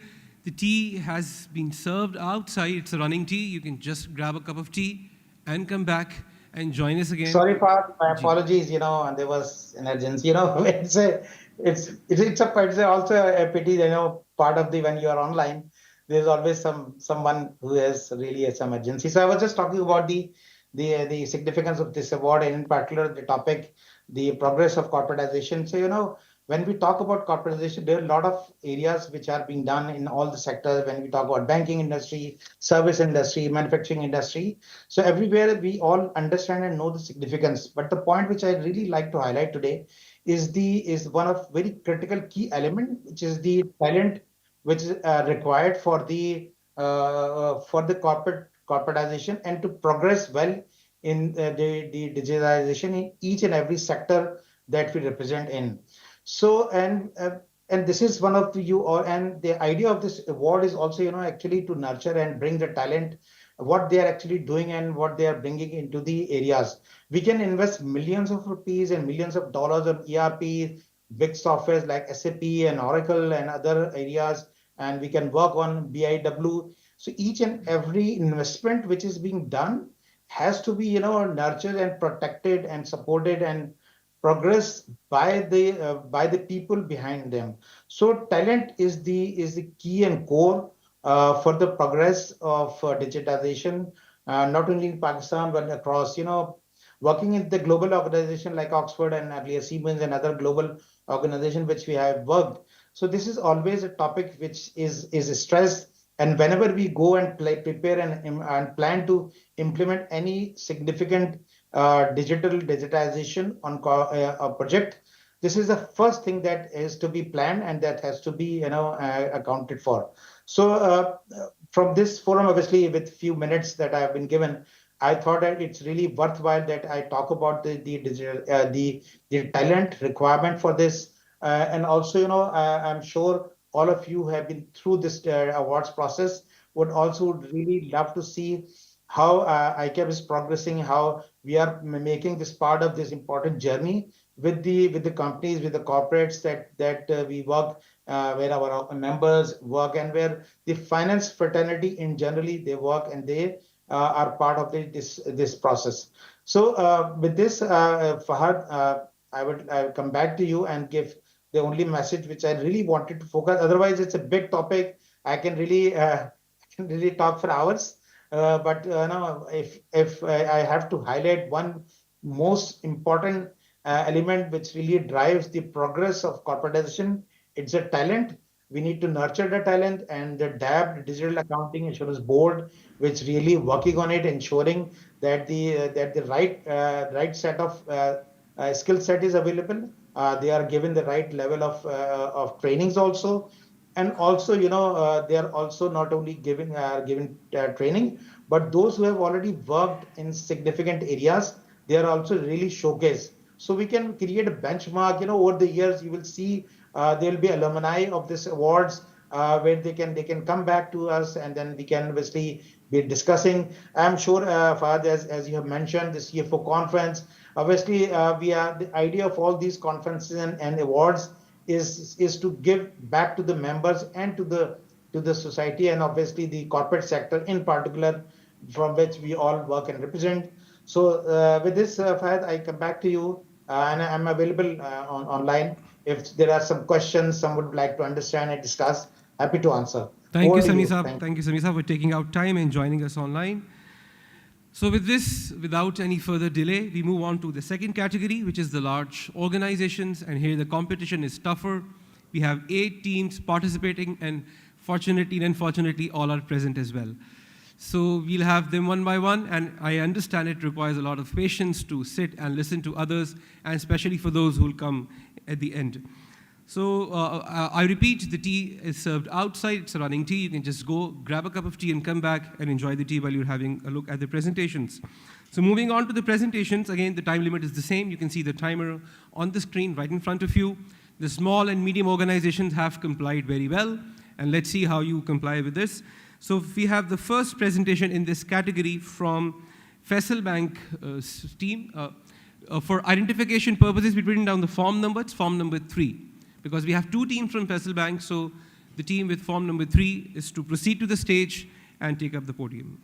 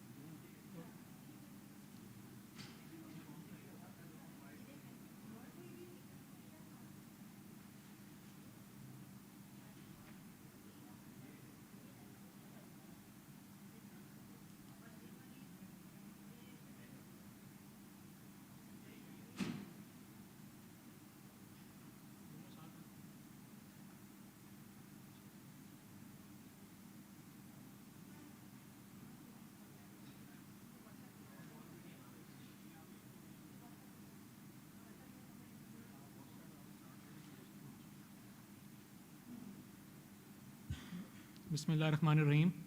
Assalamu alaikum, everyone. So my name is Mohammad Shahbaz, and I'm the head of business analytics at Faisal Bank Limited. I'm the business partner collaborating with digital banking function in all the projects, in all the 3 phases of project, which that is project conception in terms of financial viability, assessing the financial viability. Then the second phase, which is the project execution and implementation, in terms of devising and implementing the accounting system and accounting entries. And lastly, the project monitoring, that is the project delivering the required revenue numbers and the profitability. So moving on, we are here to present 2 projects for which we have applied for. First is the Best Digital Innovation Award for Faisal WhatsApp Banking. So, how many of you here use WhatsApp? I'm sure everyone. So, WhatsApp is the most used app today, and I'm sure everyone uses WhatsApp. And considering this fact that WhatsApp is being used by everyone nowadays, we launched Faisal WhatsApp Banking last year, a couple of years back, and our focus is to provide a one-stop solution that provides a host of financial as well as non-financial services, you name it, financial transfers, account balance inquiries, etc., etc. All these solutions are provided on our Faisal WhatsApp Banking. And this project is under the umbrella of Faisal Bank's digital banking strategy, which is to provide simplified banking services to all our customers. Moving forward. So these are just the key stats of Faisal Bank's WhatsApp Banking. In the year 2022, we had 250,000 subscribers out of the total customer base. And in next year, 2023, this number grew by 140% to 600,000. And in terms of ratio, this is almost 70% of our customer base. So 70% of our customer base have subscribed on WhatsApp Banking. And if you see, through this channel, we have activated 100,000 cards so far, and 71% is the penetration rate, and 900,000 e-statements have been generated so far, and the transactional value is 1.1 billion. 1.1 billion worth of financial transfers have taken place through this channel, and we have 9,000 plus hits daily on this channel. And the volume of daily transaction is 350,000 monthly transactions. So this is the, So this is the customer journey. So the process is very simple. You just write hi there's a dedicated number for our WhatsApp Banking, and you just write hi on the number, and a menu is presented to you which lists all the financial as well as non-financial transactions you can execute, and you just write here it shows you just write account balance and provide the last 4 digits of your account, and it shows it provides your account balance. So it's as simple as that. Just 5 seconds, and you can execute your transaction. So here we have done an estimate. We have computed the cost per transaction that is incurred through the traditional channels as well as through WhatsApp and internet banking. So here it is quite easy to understand that if a transaction is executed through branch, the cost per transaction is 145 rupees. If it is executed through call center, the cost is approximately 50 rupees. If it is conducted through ATM or digital kiosk, the cost is 17.75. And if it's executed through WhatsApp, the cost significantly reduces down to 10.6. And this includes the HR cost, the operational cost, the admin cost. All the costs are covered here. So last year, we saved approximately 1.2 million through branch banking, 7.5 million in terms of call center, and 0.3 million in terms of ATM digital kiosk. So in total, 9 million costs was saved last year through the launch of WhatsApp Banking. So these are just the key public announcements that we did in terms of WhatsApp Banking. We announced the unique features such as we have offered the first bank in Pakistan to offer Qurbani feature through WhatsApp Banking. Then there's also customer onboarding when we reached 660,000. We did all these announcements on social media platforms. And then when we launched the funds transfer through this WhatsApp channel.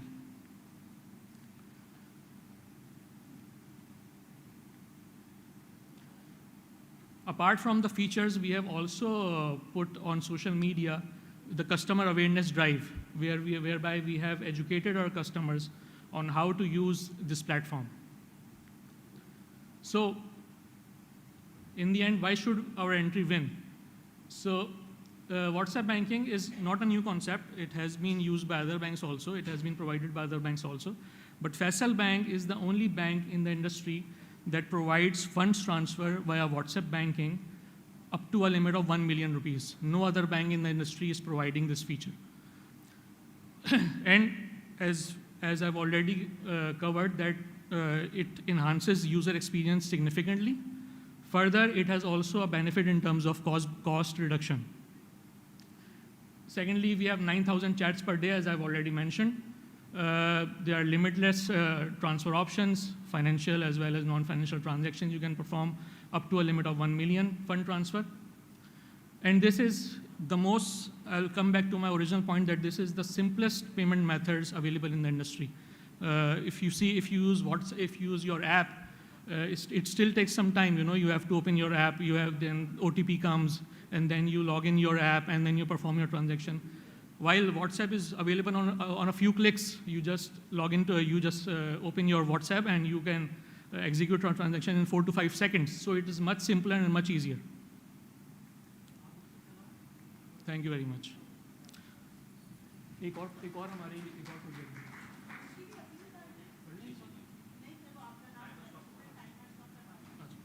You can stop the thing.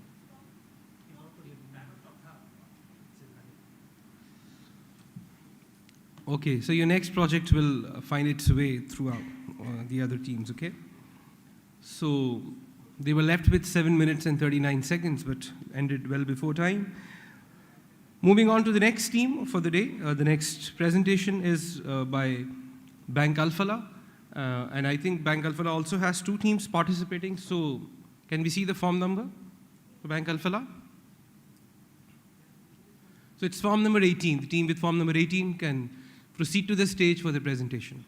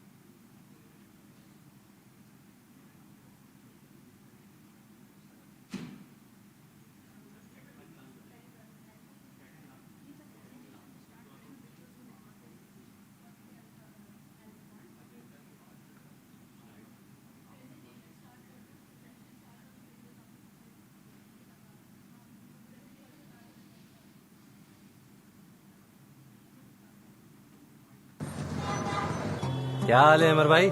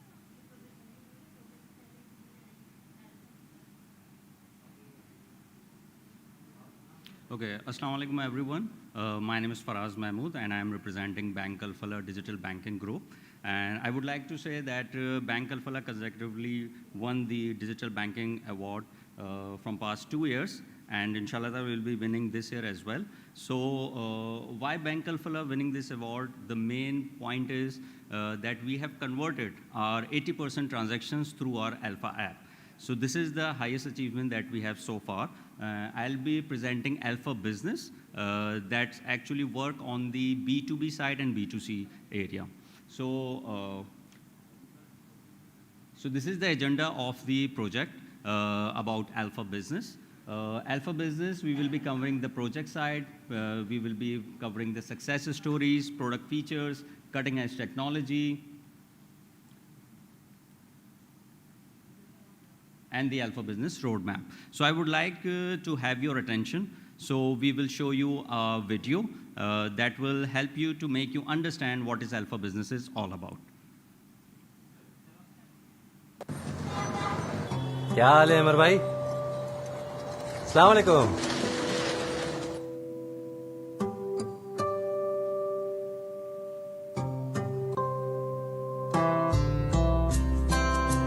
हाँ भाई, इन हालात में भी काम बड़ा अच्छा चल रहा है। धड़ाधड़ कस्टमर पे कस्टमर, और हमें देखो। तो पुराने तरीकों से निकलो और कमाने का डिजिटल तरीका अपनाओ, अपना कारोबार बढ़ाओ। अच्छा, तुम ये सब कैसे कर लेते हो? अल्फा बिजनेस के जरिए। ऐसे अल्फा बिजनेस डाउनलोड करो और मर्चेंट अकाउंट पे साइन अप करने के लिए एक मुनफरिद यूजर नेम के साथ एक मजबूत पासवर्ड का इस्तेमाल करो। मोबाइल नंबर एंटर करने पर मौसूल होने वाला OTP एंटर करके बिजनेस टाइप अकाउंट खोलो। कंफर्मेशन रिसीव होने पे अपने बिजनेस की नेचर के मुताबिक मालूमात एंटर करो। अपनी लाइव पिक्चर अपलोड करने पर तुम्हारा अकाउंट एक्टिवेट हो जाएगा। इसके बाद अपनी दुकान पे आने वाले कस्टमर्स को QR कोड स्कैन करके पेमेंट की रहनुमाई करो।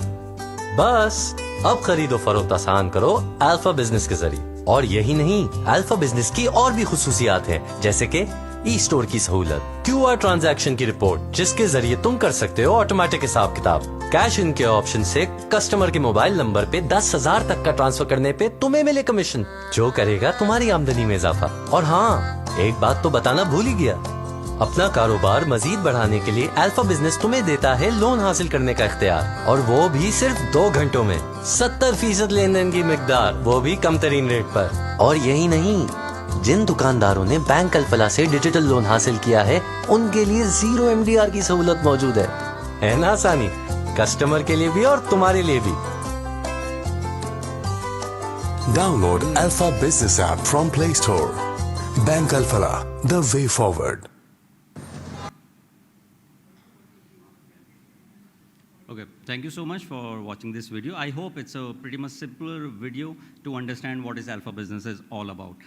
So the main thing is, if we talk about digital landscape, right now 3 million merchants are in the market, and around, if we talk about the complete ecosystem, that is working around 10 trillion of cash circulating in the market. So we were targeting that sector, and Bank Al-Falah is the one that is actually moving to that direction to enter themselves in a financial inclusion area, and along with that to enhance its acquisition part as well. So it will help the merchants to give them the opportunity to collect digital payments through Alpha Business. So about this ecosystem, what we have done so far is, we all know that it's a very simpler supply chain system is there out, it's out there, and there's a manufacturer there, there's a distributor, then there is a merchant, and then there's a customer. So what we actually find out is a complete gap in a digital landscape, if we talk about, that is the payments gap. So normally अगर आप लोगों ने सबने देखा होगा कि customer cash के through payment कर रहा होता है या कार्ड के थ्रू पेमेंट करता है, और इसी तरह वो ऑनलाइन भी पेमेंट्स कर रहा होता है। और इसी तरह अगर मैं डिस्ट्रीब्यूटर और मैन्युफैक्चरर की तरफ भी चला जाऊँ तो वो लोग या तो चेक के थ्रू पेमेंट करते हैं, या वो भी बैंक जाके एक लार्ज पेमेंट को कैश के थ्रू डिपॉजिट करते हैं ताकि वो इन्वेंट्री परचेज आउट कर सकें, और इसी तरह वो IBFT भी कर रहे होते हैं। So what we have done, we have target this ecosystem, इसको कम्प्लीटली हमने डिजिटलाइज किया पेमेंट के सोल्यूशन को, कि अगर मैन्युफैक्चरर से डिस्ट्रीब्यूटर कोई भी इन्वेंट्री परचेज आउट कर रहा है तो वो अल्फा बिजनेस पे अपना अकाउंट बना के वहाँ से 1 क्लिक पे 100 मिलियन तक की वो ट्रांजैक्शन प्रोसेस कर सकता है for a single day. So right now in the market no app is available जो कि ये फैसिलिटी प्रोवाइड कर रही होती है। इसी तरह मर्चेंट के पास भी ये अपॉर्चुनिटी होती है कि वो भी 100 मिलियन तक की ट्रांजैक्शन प्रोसेस कर सकता है to its distributor. And for customer and we have develop a QR payment solution, that means quick response payment solution, जो वो किसी भी अदर बैंक हो गया या कोई भी फिनटेक होगा उस ऐप के थ्रू उसको रीड कर सकता है और उसके थ्रू अपनी ट्रांजैक्शन प्रोसेस कर सकता है। तो ये हमने इकोसिस्टम के ऊपर पूरा वर्क अराउंड किया किया है from last 2 years, and we have a very great achievement जो कि इन नंबर्स में हम आगे जाके आपको एक्सप्लेन कर रहे होंगे. सो this is a digital payment app simpler for digital onboarding journey, जिसके अंदर अगर एक सोल प्रोप्राइटर है वो 4 स्टेप्स के थ्रू अपना अकाउंट ओपन कर सकता है अल्फा बिजनेस में. फर्स्ट वो अल्फा बिजनेस को डाउनलोड करे, वहाँ से अपना लॉगिन आईडी पासवर्ड बनाए, देन वो अपनी पर्सनल एंड बिजनेस डिटेल्स उसमें डाले. थर्ड, उसके अंदर वो अपनी CNIC की डिटेल्स डाल के अपना अल्फा वॉलेट ओपन कर सकते हैं. एंड फोर्थ, वो अपने आप को रजिस्टर कर लेगा. So it's a very simple 4-step journey for a sole proprietor and an individual. Then we have an instant, static, dynamic and QR code payment solution. We all know what is static QR, we all know what is dynamic QR, but for the larger audience, static QR एक वो QR होता है जो कि एक account के साथ पीछे टैग हुआ होता है मर्चेंट के, और अगर कोई भी कस्टमर वॉक इन करता है और उसकी पेमेंट करता है, वो अपनी ऐप से उसको स्कैन करेगा, और जो अमाउंट वो बोलता है कि भाई 2,000 रुपये की या 5,000 रुपये की पेमेंट करनी, तो उसमें खुद ही मैनुअली फीड करके पेमेंट कर सकता है. Now about the dynamic QR code. Dynamic QR code का कॉन्सेप्ट ये होता है कि अगर आपके पास कोई पॉस सिस्टम लगा हुआ है या आपके पास कोई टिल का सोल्यूशन है, तो उसके साथ API इंटीग्रेशन कर दी जाए और वहीं पे उस अमाउंट का डायनेमिक QR जनरेट कर दिया जाए. तो वहाँ पे कस्टमर्स को स्कैन करेगा और डायरेक्ट 20,000 रुपीज़ लिखा हुआ आ रहा होगा कि फॉर एग्जांपल ग्रोसरी स्टोर पे 20,000 की उसने पेमेंट करी है और वो QR से स्कैन करना चाह रहा है, तो वो 20,000 ही पे ऑफ कर सकता है, ना उससे ज़्यादा ना उससे कम. So this is the concept of dynamic QR. And this is not only limited to B2C, जैसे मैंने आपको एक्सप्लेन करा है, इसमें B2B की भी डिजिटल पेमेंट्स है, वो मैं आपको अगली स्लाइड्स में एक्सप्लेन करूँगा. देन इस ऐप के थ्रू आप अपनी इन्वेंट्री को भी ट्रैक कर सकते हैं, आप अपनी ट्रांजैक्शंस को भी विजिबल देख सकते हैं. Then and there real time पे आपके पास ट्रांजैक्शंस विजिबल हो जाती हैं, कस्टमर ने पेमेंट करी या डिस्ट्रीब्यूटर ने मैन्युफैक्चरर को पेमेंट करी, उनके पास रियल टाइम पे उसकी अपडेट आ जाती है ऐप के through. Then we have a e-shop setup within the app. इसका कॉन्सेप्ट बड़ा यूनिक है कि for example if there is a particular product जो कि आपका मर्चेंट है अपने अल्फा बिजनेस पे क्रिएट कर सकता है, उसकी अमाउंट उसमें फीचर्स डिटेल्स डाल के उसका डायनेमिक QR जनरेट करके कस्टमर को उससे पेमेंट रिसीव कर सकता है. So then also last but not the least, digital loan भी अवेल कर सकता है मर्चेंट. उसके 3-4 बेसिक रिक्वायरमेंट्स होती है कि उसका रिलेशनशिप बैंक अल्फा के साथ एटलीस्ट 9 months का होना चाहिए, उसकी 275+ ट्रांजेक्शंस होनी चाहिए और वो फुल फ्लैश मर्चेंट होना चाहिए, जिसकी बेसिस पे वो हमारा लोन अवेल कर सकता है within 2 hours. So having said that, ये सब बातें नहीं, ये नंबर्स के अगेंस्ट भी हम आपको प्रूव कर रहे हैं कि अल्हम्दुलिल्लाह विद इन लास्ट 2 years जो टोटल हमारी प्रॉक्सिमिटी पेमेंट्स का थ्रूपुट था through this alpha business is 34.5 billion plus. If we talk about individual sectors and areas about B2B achievements, हमने manufacturers और distributor 116 हमने on board करे, और जिनकी जो payments process हमने करी है through this Alpha Business app, that is 17.5 billion plus. And if we talk about B2C achievement के अंदर हमने 17 billion plus QR volume generate किया है, और उसके साथ 328 million हमने BNPL किया. BNPL is a very unique feature that is buy now pay later के customer then and there scan करके अपने बाय नाउ पे लेटर की ट्रांजैक्शंस कर सकता है, जिसको आप स्टेप बाय स्टेप प्रोसेस करते हैं, इंस्टॉलमेंट्स बना सकता है. एंड देन लास्ट मर्चेंट का जो average deposit that is 3 billion plus हमने उसमें मेंटेन किया. These are some success stories, these are some large B2C Tier 1 merchants जो हमने ऑन बोर्ड करे, जिसमें Imtiaz we are about to going live, then we have Chase, then we have Metro Cash and Carry, then we have Carrefour, service shoes, you name it, we have it. And then about B2B, we have high-tech lubricants, जो कि Zik Oil के major product owners and distributors and are the manufacturers, जो कि हमारे साथ tag along है. Then Fatma Fertilizer, Fauji Fertilizers. So we have these kind of distributors and manufacturers onboarded. So about the devices, we also deploy certain devices to enhance our technology, not limiting ourselves to a static QR और एक pan के ऊपर QR बना के हम उसमें रख दें, बल्कि हमने डिवाइसेस का इस्तेमाल करा. We are the first one who introduce sound box devices, जो कि आपकी अमाउंट भी बताती है कि कितनी अमाउंट रिसीव हुई, कितनी पेमेंट रिसीव हुई, ये सारे उसके अंदर ऑप्शन है. Along with that there is an option of a slip as well, कि देन देयर आपको जिस तरह पॉस मशीन में स्लिप जनरेट होती है, उसके अंदर स्लिप भी जनरेट की जाती है. तो if we talk about that area, so we have around 450 machines deployed so far and 500+ throughput generated, and SBS booked 35 million plus. So these are the product features. So far we have already covered. So I'll jump to directly those features जो अभी तक हमने cover नहीं किए हैं. So first of all, we are the one who recently initiated and launched QR payment card. This is a reverse engineering that we are working on from like 6 months back, और हमने उसके ऊपर work around किया, और आज जो है customer अपना QR payment card instantly issue करा सकता है मर्चेंट के एंड पे. They can create, they can top up and they can initiate their payments through Alpha Business app से. मर्चेंट उसको स्कैन करेगा और उसकी payment then and there SMS OTP receive की कन्वर्सेशन की बेसिस पे वो उसको प्रोसेस कर देगा. So this is something new that we are initiated.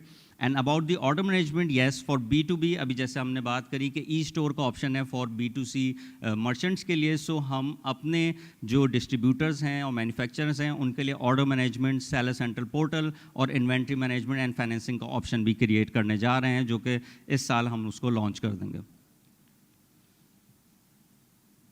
So the cutting edge technology that we have a single QR through which you can scan and directly pay if you are a Visa customer or if you are a RAS customer. We are doing that. And if we talk about State Bank RAS P2M initiative, this is the first, we are the first one जो कि introduce हमने कराया और हमने इसको launch करा, और इसको हमने अभी तक 800 merchants इस पर हम convert कर चुके हैं, जिसके 6 million का हमारे पास throughput generate हो चुका है.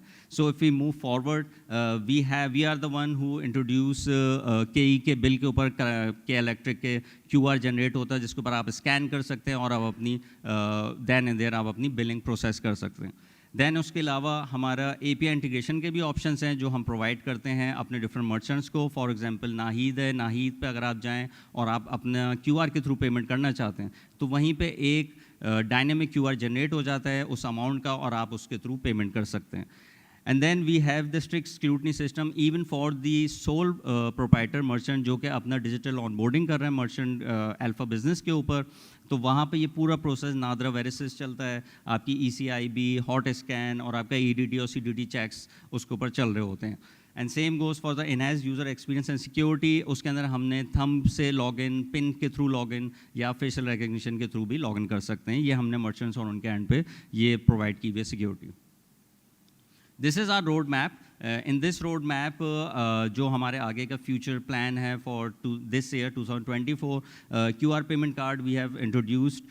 Cattle farming का it's a very impressive initiative जो स्टेट बैंक के साथ मिलकर हमने इनिशिएट करा है, जिसके अंदर आपके जितने भी कैटल फार्मर्स हैं उनको हम ऑन बोर्ड कर रहे हैं रास QR के ऊपर, और वहाँ से वो अपनी डिजिटल पेमेंट्स रिसीव कर सकते हैं कस्टमर्स से. Then we have a full-fledged digital merchant onboarding. आज जो जैसे मैंने बात करी कि for sole proprietor we have digital onboarding का option है, but for full-fledged merchant के लिए we are going to be live soon, inshallah ताला within 2 months of time. Then we have Alpha BNPL on QR. इसका मतलब ये कि तमाम banks जो होंगे वो अपनी ऐप के जो क्रेडिट कार्ड होल्डर्स हैं, चाहे वो अदर बैंक के हैं, वो स्कैन करेंगे QR और वो इंस्टॉलमेंट्स बना सकते हैं. अभी राइट नाउ सिर्फ अल्फा के थ्रू ये पॉसिबिलिटी है कि अगर आप बैंक अल्फा के क्रेडिट कार्ड होल्डर हैं, बट इन फ्यूचर हम ये सारे ऑप्शंस ओपन कर देंगे तमाम कस्टमर्स के लिए, चाहे वो किसी फिनटेक के हों या वो चाहे किसी भी बैंकिंग ऐप के हों. Then we have B2B ordering, जो कि I already discussed, and then we have QR on POS. We have around 27,000 POS in the market. So we are developing our QR and putting that QR in that devices, और उसके through भी आपका dynamic QR generate हो सकता है. KE corporate bill payment option we are recently generated, and in the end I would like to just show you a video, so we'll conclude this.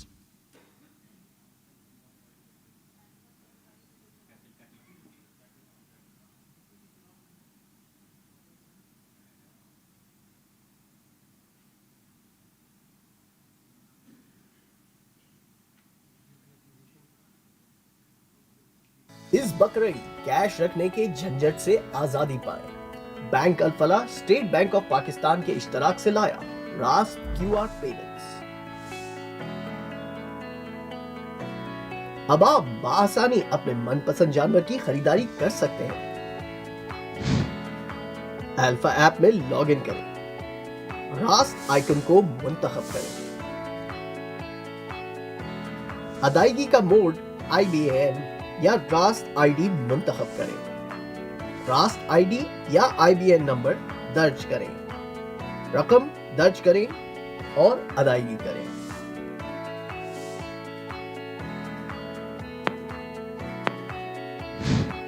Okay. Thank you, Bank Alfala, for the presentation and the videos. They were very interactive. Okay, moving on to the third presentation of this large category. So we'd call up on stage the team from Mizan Bank to please be here and present.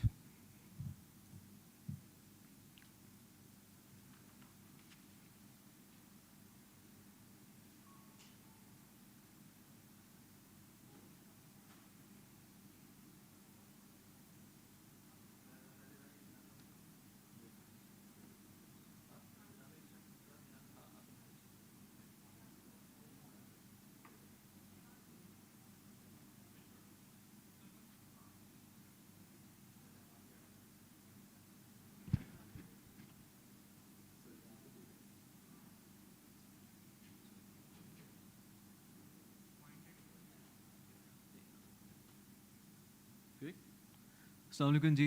My name is Tariq Miraj. I'm financial controller at Mizan Bank. I want to thank ICAP and Digital Accounting and Insurance Board for giving us the opportunity for presenting our initiatives and enabling us the learning environment from learning each other. So thank you, ICAP. WhatsApp, probably the #1 communication app across all the platforms. It has started as a social communication app, but it has slided into the formal communication channel as well. Look around, we all are communicating our formal communications through WhatsApp. So at Mizan Bank, we thought why not to take a step further and introduce mobile WhatsApp banking to our customers and to leverage its widespread use, its user friendliness to our customers as well.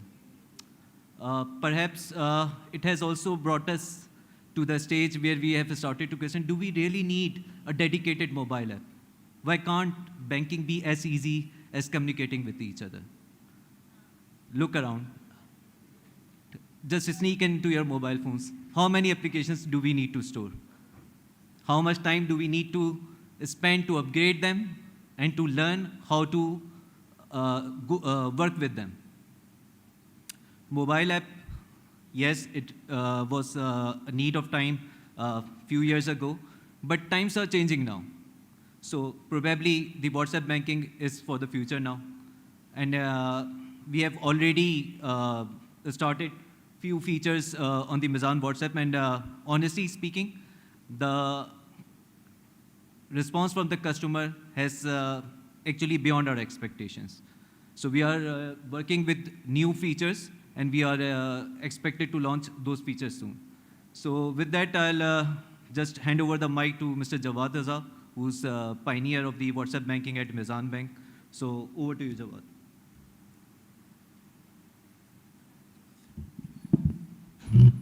Thank you, Tariq. Assalamu alaikum, everyone.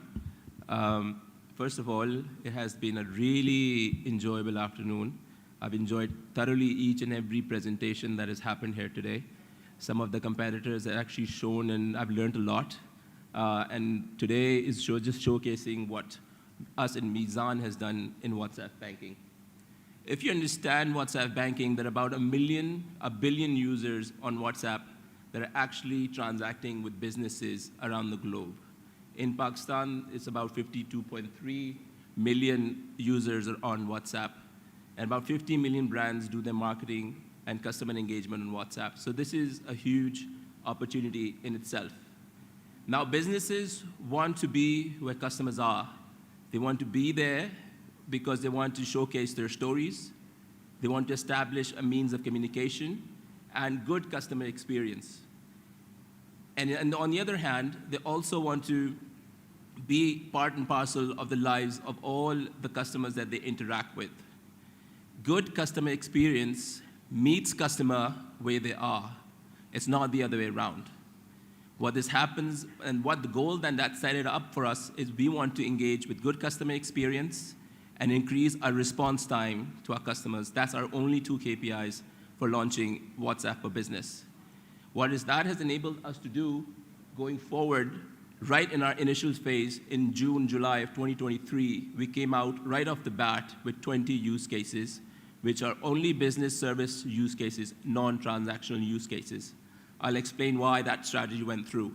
With those 20 use cases, what that has enabled us to do is our business units can communicate to our customers, and our customers can communicate to our business units, not the enterprise, unlike any monolithic application.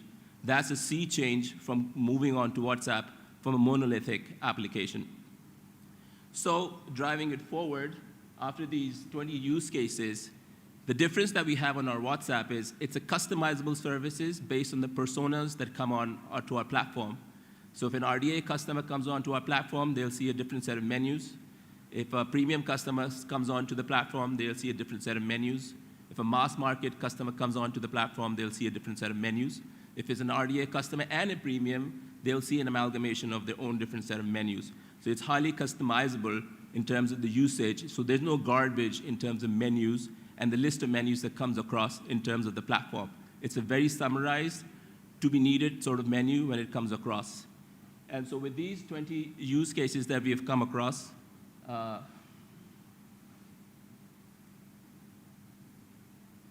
as you can see over here, right off the bat, our customer satisfaction score was about 88%, close to 90%. And within a few months, we reached about 290,000 customers. Currently, we have more than 300,000 customers. That is a year-on-year growth, or month-on-month growth of 26% since June, July of 2023. From there on in, we've about have 5.2 million interactions and messages across the board with our customers. That's a monthly interaction with our customers. They come across for various reasons and multiple reasons, and that's the interaction we have with them. So customer satisfaction and engagement and our response time. With the response time, our API, our uptime is 99%, or our API is up 99.9% of the time. So that's the responsibility we take onto our shoulders when we come onto this platform.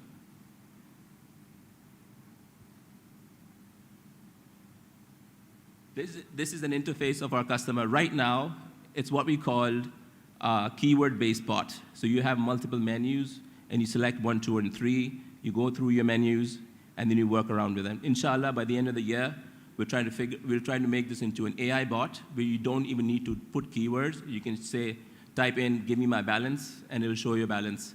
Or whatever you need, give my tax certificate, and it will get your tax certificate to you. So inshallah, by the end of the year, this will be more than a keyword-based bot. It will be an AI-based bot, inshallah.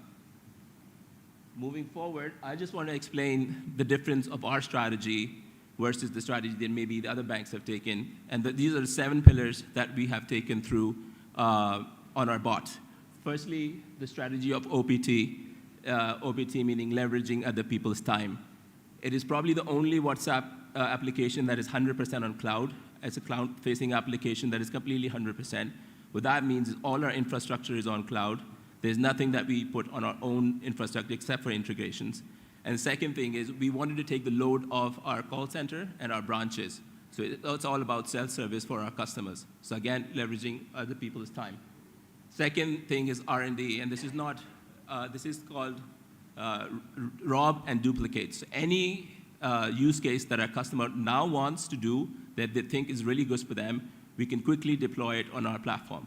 Because this platform is very modular, you can make each use case separately and take it off separately without impacting any other use case that goes onto the platform. Then that also gives flexibility, so you can build as many use cases as you want or as little as you want. You can take them out or you can put them in depending on how useful they are to your customers. That's the flexibility we've had. So we don't have to invest in our platform. As soon as it goes up and the demand keeps increasing, we'll increase our infrastructure. Then it's follow the money. Like I said, there's 15 million users, brands on WhatsApp. More than 80% of e-commerce in India happens through WhatsApp. And that's a huge amount of money that flows. In Pakistan, there's a lot of businesses selling their stuff through WhatsApp, and that's where our bank needs to be. And that's a very, very intelligent and a very, very, I would say, purposeful strategy that we want to be in that platform and be the part of future transactions of our customers. Then the biggest one is stay in your lane strategy that we had.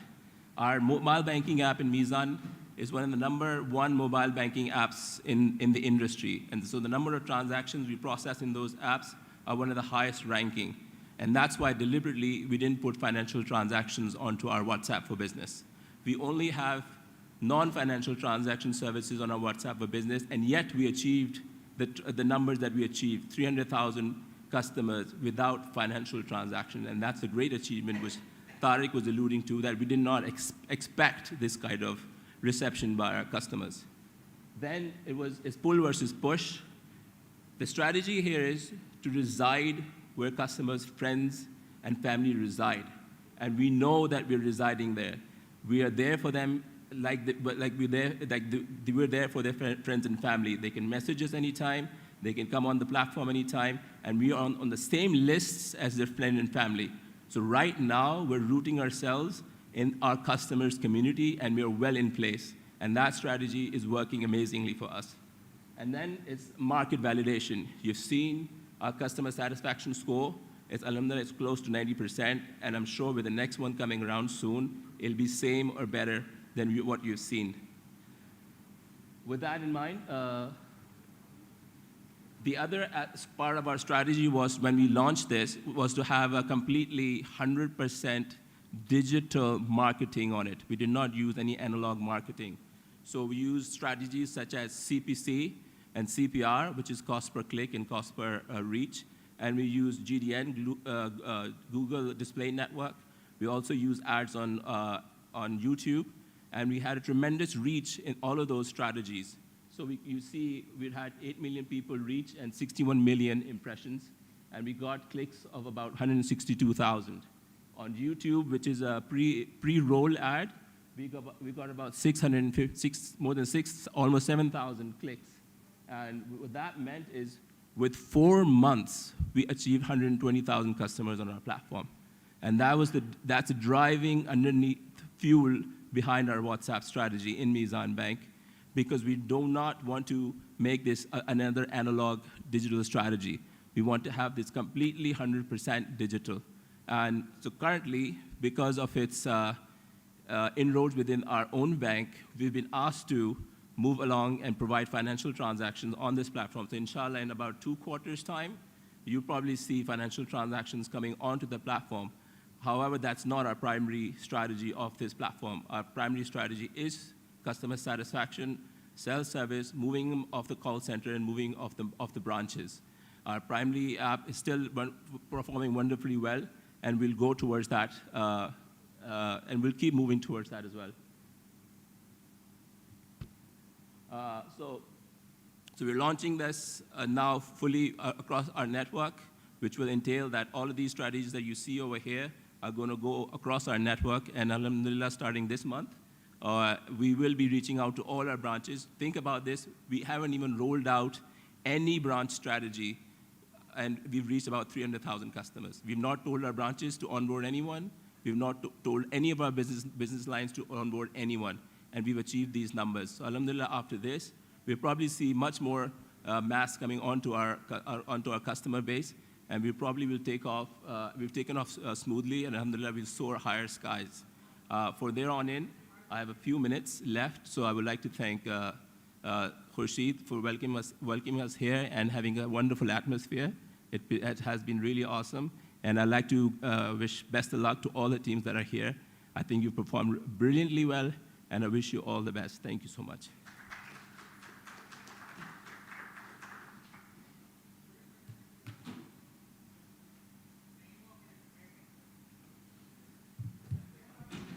Okay, so that was Mizan Bank. Moving on to something other than banks now. So our next team who's going to present on stage is Park Arab Refinery Limited. So I would request the team of Park Arab Refinery to please be on stage and move on with the presentation.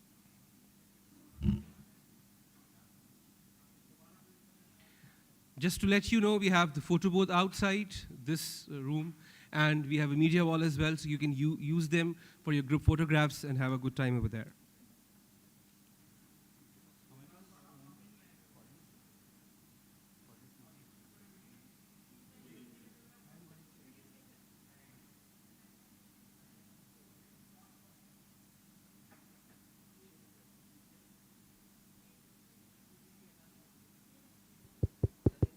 Hello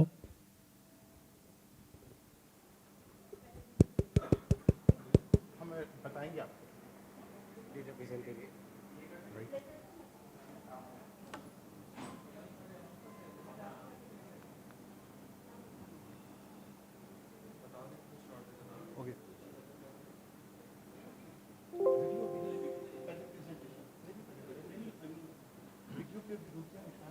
start करेंगे intro देंगे and then video run होगी and then session चलेगा ठीक है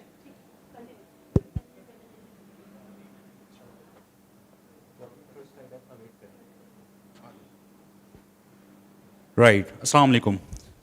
So I know we all are listening different presentations since 3 p.m. and it's always challenging कि जब आपको इतनी सारी presentations के बाद opportunity मिलती है, but I'll make sure next 15 minutes में हम आपको जगा के रखें. So this is Sayyid Shahab Ahmed representing Parco with my team. We have online Mr. Athar Ali, who was the head of this project which we are going to present. He's the head of accounts and taxation in Parco and the project manager of Project Path. We have Mr. Faisal Amir Saab. He's the CIO and he's the technical head of this project. We have Mr. Imran Ganatra, the head of SAP and solution architect of this project. And we have Mr. Nasir Nawaz Saab, who is the head of PMO for this specific project. So before moving towards the orientation video of this project, the name of the project is Project Path, which means transformation of Parco towards SAP HANA. Couple of points before starting the video. We know we have multiple organizations in the industry who migrated from a traditional ECC to S4HANA. What's unique about this project? The portfolio of this project is unique in a sense कि अब तक पाकिस्तान में किसी organization ने इतने बड़े portfolio का SAP HANA record time में achieve नहीं किया according to SAP.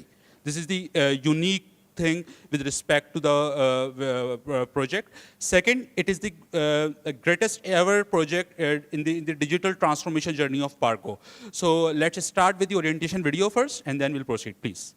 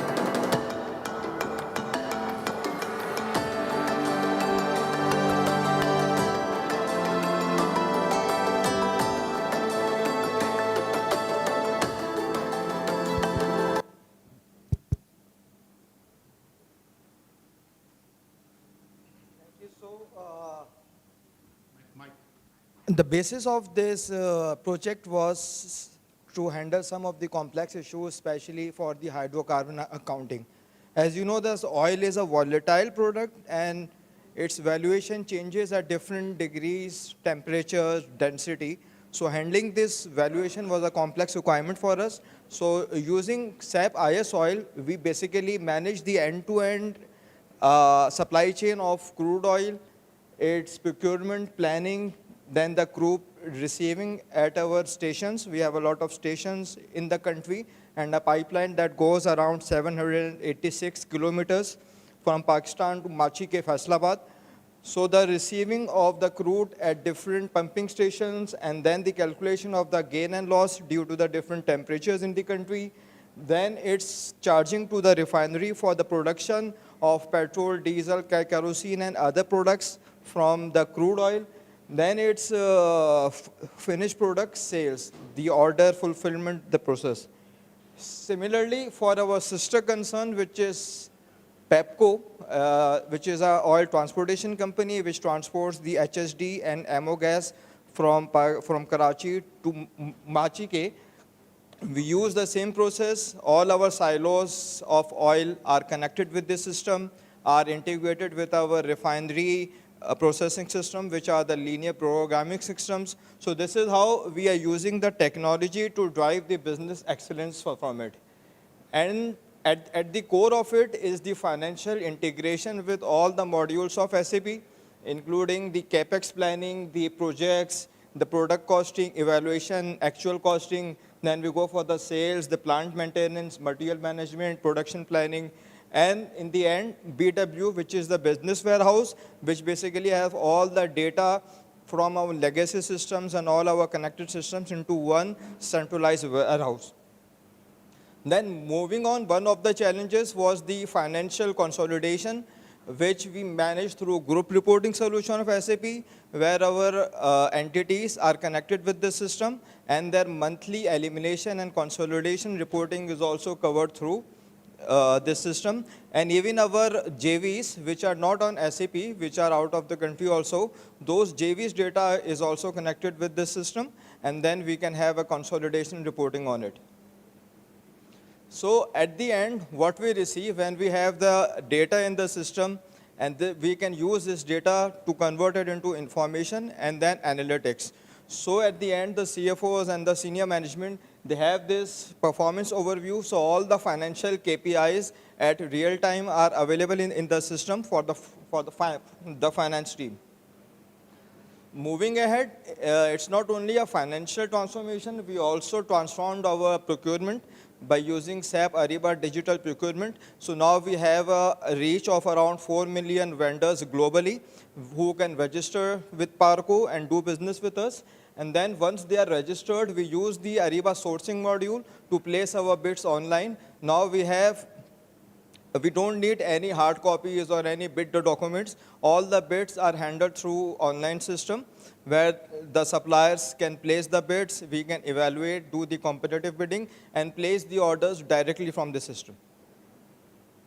And these are the dashboards which are available with each supply chain user where they can see their end-to-end procurement process. Going forward, it also includes the HR digitalization, where each and every employee have access to the SAP SuccessFactors system to see their payroll processes, their reimbursements, their time management, all is done through this system. Having all this, what is the crux of it? The crux is to use the data, convert it into information, and use it for the C-level and dashboard reporting. So I would ask Shahab to explain on this. Thank you. So as far as the analytics part is concerned, what we did, we divide into two parts. First, in the enterprise level analytics, the other thing is self-service analytics, self-service BI, right? So we use a SEC BI tool for enterprise level dashboard development. It's not working.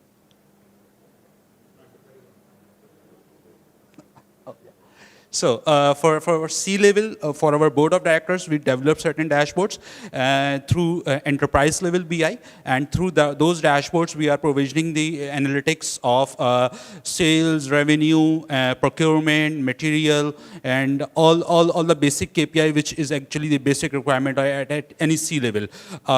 Through this measure, actually, we converted Parco into a traditional organization to a data-driven organization, right?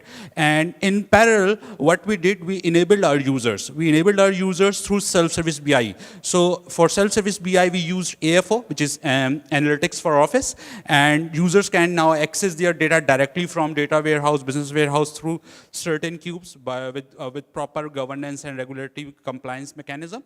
And through that, they can access their data and make their own dashboards or own reports for their regular reporting, right? So that's something which we achieved through this whole journey. The dashboard which I'm showing here, we have certain dashboards for our subsidiary sister concerns, few dashboards we developed for the C-level, and most of the around 160 plus reports we have been developed by my own users, which has been identified and derived and finally designed and developed by end users, and more than 10 C-level dashboards has been developed by the entire project part team. So this is the next and final round of this presentation, for which I request Faisal Saab, sir. जी, अस्सलाम वालेकुम everyone. अब तक हमने जितनी चीज़ें की उसके अंदर सबसे इम्पॉर्टेंट चीज़ एंड यूज़र होता है, जिसने सिस्टम के अंदर चीज़ों को डालना है और उधर से उनके ऊपर ऑपरेट करना है।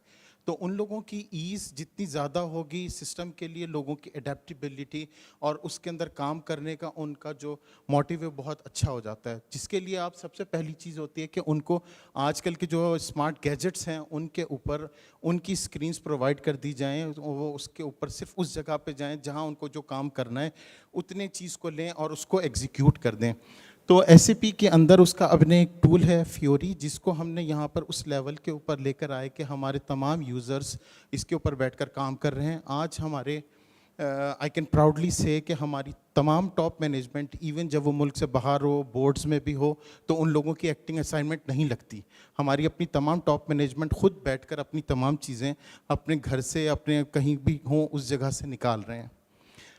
इसके बाद मैं सिर्फ एक चीज़ और इसमें बताना चाहूँगा जो हमारे इस पूरे प्रोजेक्ट के अंदर पाकिस्तान में यूनिक था, वो ये था कि IS ऑयल, जिस चीज़ की हम बात कर रहे हैं, it is industry specific oil application, ये पाकिस्तान में एंड टू एंड आज तक किसी ने ही नहीं की थी। जितने भी ने भी की है उसके कुछ बिट्स एंड पीसेस के साथ करते थे, क्योंकि इसकी कॉम्प्लेक्सिटी इतनी ज़्यादा है कि इसको बनाना, इसको मर्ज करना, इसके अंदर की इंटरफेसिंग करना, इवन पाकिस्तान में जो कंसल्टेंट्स हैं उनके लिए भी चैलेंज था। तो ये वाला चैलेंज हमारी अपनी पूरी टीम ने इसको खुद लिया। इसमें बहुत सारी ऐसी इंटीग्रेशंस थी जो वे ब्रिज के साथ हैं, टैंक लॉरी सिस्टम्स के साथ हैं, जो हम लोगों ने खुद बनाई। हम लोगों ने उसके अंदर बहुत ज़्यादा अपनी चीज़ों को इन्वेस्ट किया। इवन जो बाहर के कंसल्टेंट्स थे वो भी इसके ऊपर बहुत अमेज थे कि इस लेवल तक हमारे अपने लोगों ने इन चीज़ों को डेवलप किया। तो वी आर प्राउड इस चीज़ के अंदर कि we are one of the only in Pakistan जिन लोगों ने ISIL को SAP के अंदर फुली इंटीग्रेट किया है, from end to end, from process till end, जैसे शुरू में इमरान ने बताया।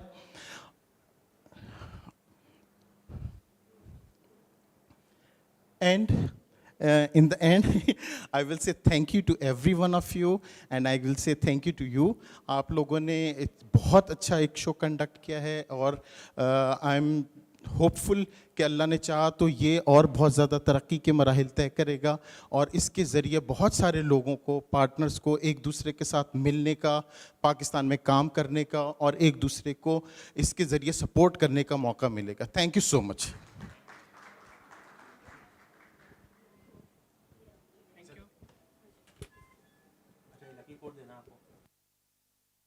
Okay. Thank you, Team Parco, for an insightful presentation. Up next is Lucky Core Industries Limited. So I would like to invite the team of Lucky Core Industries to step up on stage and present their part.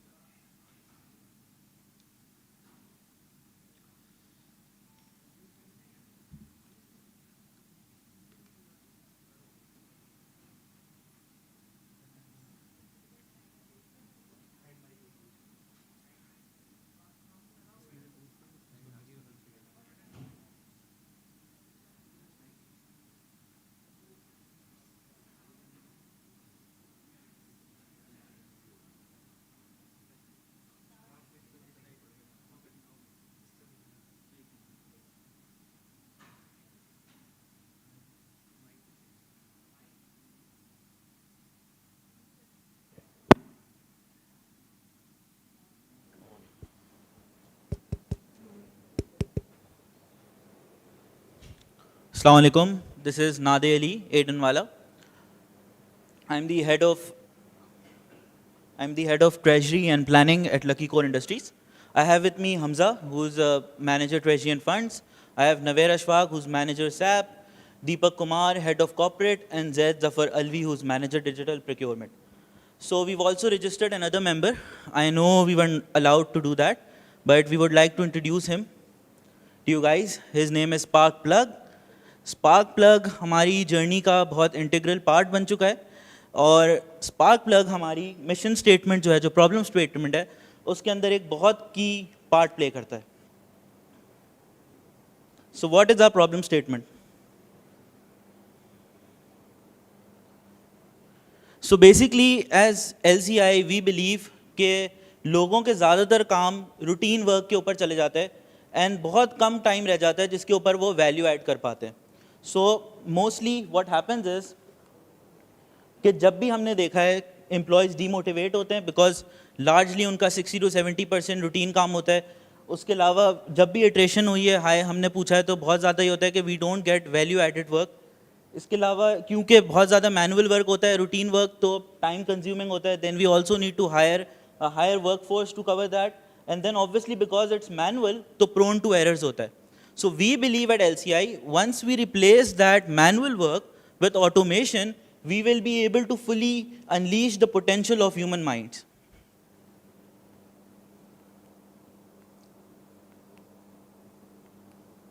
So what we did was, हमने हर एक segment में जाके, हर एक अपने department में जाके explore किया कि कौन से ऐसे रूटीन के काम हैं जो हम रिप्लेस कर सकते हैं विद बॉट्स, और स्पार्क प्लग के साथ हम कैसे उसको इनोवेट कर सकते हैं और उनको रिप्लेस कर दें full and fully automated processes के ऊपर. So we started off with 3 departments. Number 1 the treasury department. Treasury department में there were around 572 man hours which we replaced and I would leave that up to Hamza, he will explain it in a bit कैसे किए. इसके अलावा taxation के अंदर we replace the sales tax claim process, the entire claim process through a bot, and we were able to save that 768 hours. Apart from that, working capital management, there were around 264 man hours which were replaced fully by a bot.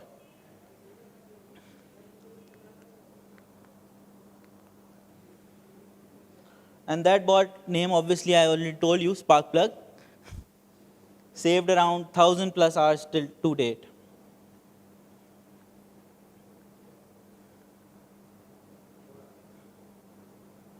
So basically, I'll summarize the cost-benefit analysis before we go deeper into all the projects. So first of all, एक setup cost लगी थी, that was around 0.5 million. This was a one-time cost. Then we pay a license cost, which is the salary for the bot. This is 0.5 million again per annum.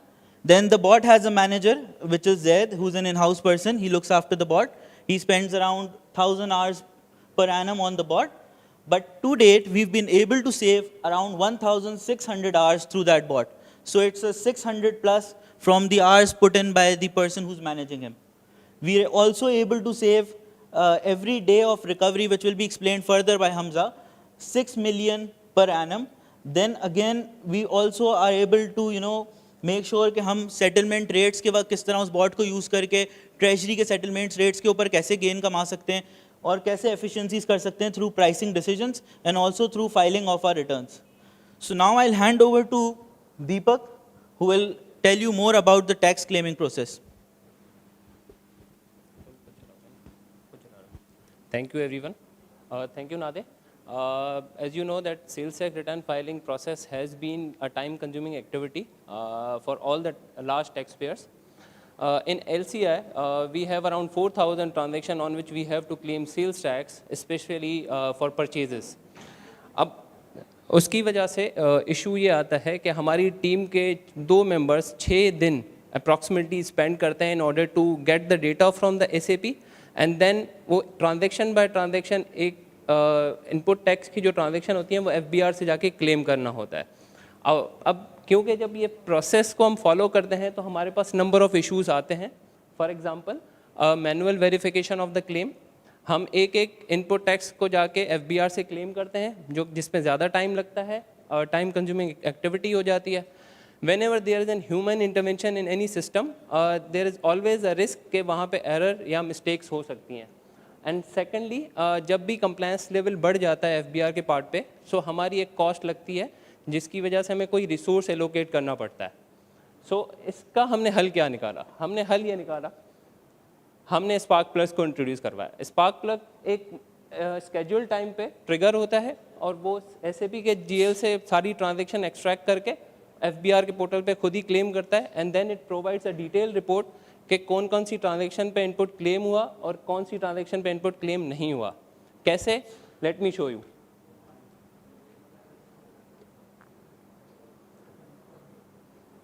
SAP में ये इन्होंने login किया, एक report run की जिसपे एक specific period पे सारी ट्रांजैक्शन लोड की बॉट ने.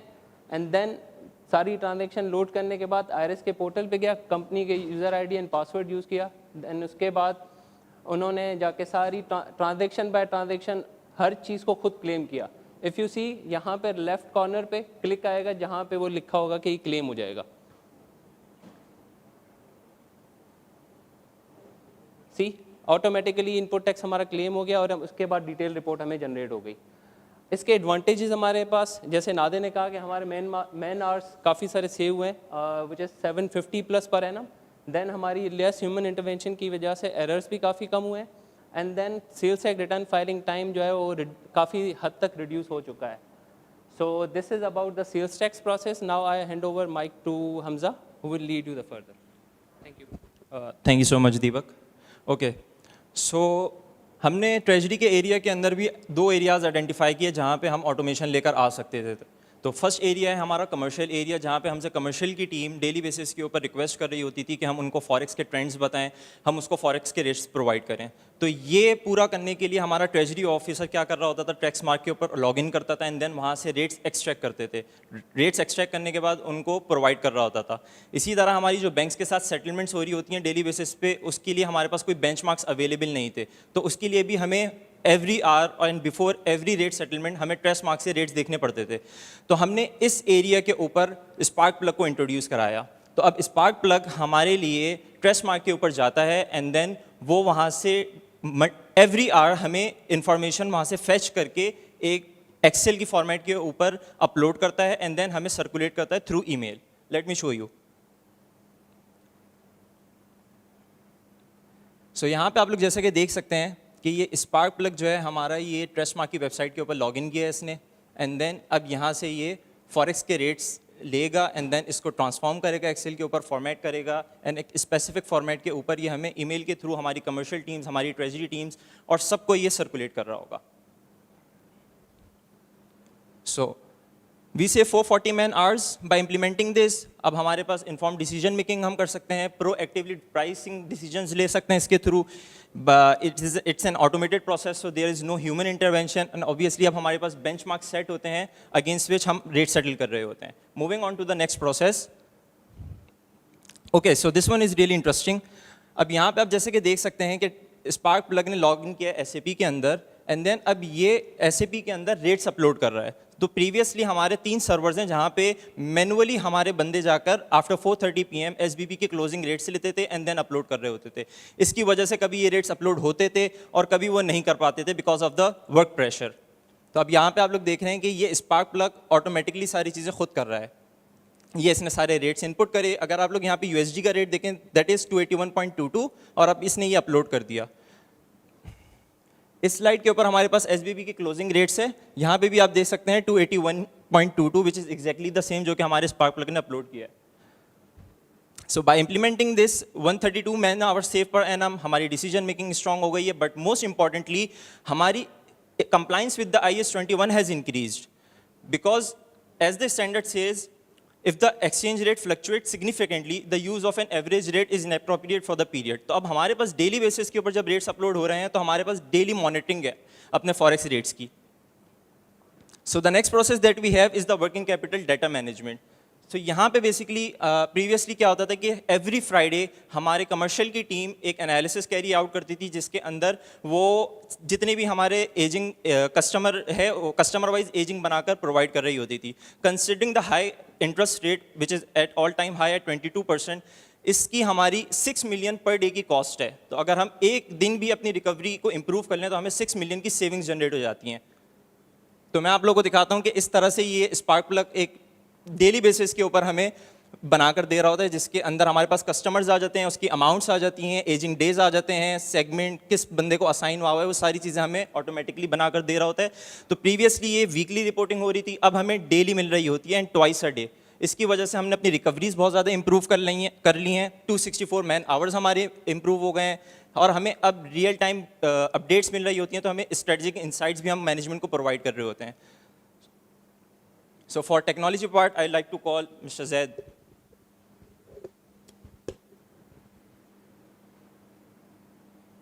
Assalamu alaikum. So I'll tell you a little about the technology that we're using. So currently, we've opted to go with Power Automate. The reason behind this is that the other products that are available on the market are not a perfect fit for our organization. There's also the element of cost. This, however, Microsoft is heavily investing in this product, and regardless of the features that it offers, our tasks and our goals are achievable. So basically what we're doing is that through Power Automate, we can access SAP, we're using third-party websites through Chrome, we're sending emails through Microsoft Office. Along with that, through Python integration, we're doing our calculations. So the idea was that we can do some of the tasks through Power Automate, but if we were to segment it and do it through Python, it would save us time. So for instance, if Power Automate was doing something in 3 minutes, through Python, it's doing that within 20 seconds. So the main crux for Python is that at this point in time, we're using it for calculations and file management. So all the processes that you've heard about right now, we have backup files, we have buffer tables, we can save the data, we can share the data, we have entire databases behind this. Power Automate is deployed on our virtual machines. These machines are first assessed by our network team, our security team. There's something called as vulnerability assessment and penetration testing. After this is gone, our machines have gone through this. Our machines are ready for Power Automate. Because we're working with live production servers, our firewalls and our security measures are so tight that none of this can be accessed off premises. Naveer, however, will tell you about the future processes that we're working on.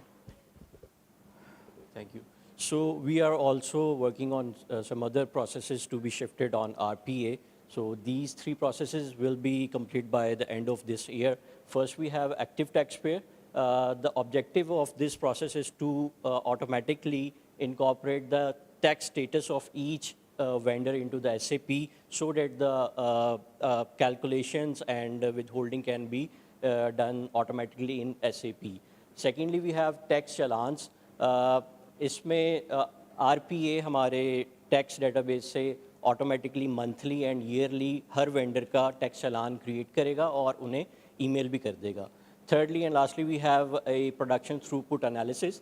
ये basically एक energy monitoring report है जो हमें daily basis के ऊपर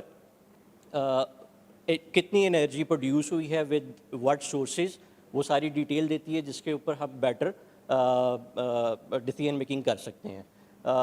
eight the end at LCI हमारा objective ये है कि हम अपने मैक्सिमम प्रोसेसेस को RPA के ऊपर शिफ्ट करें ताकि हम अपने ह्यूमन रिसोर्सेज को इन अ बेटर वे यूटिलाइज कर सकें.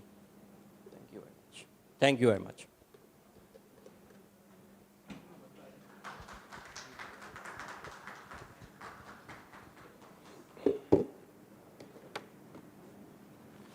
All right, thank you Team Lucky for such an insightful presentation, and mashallah the whole team was involved.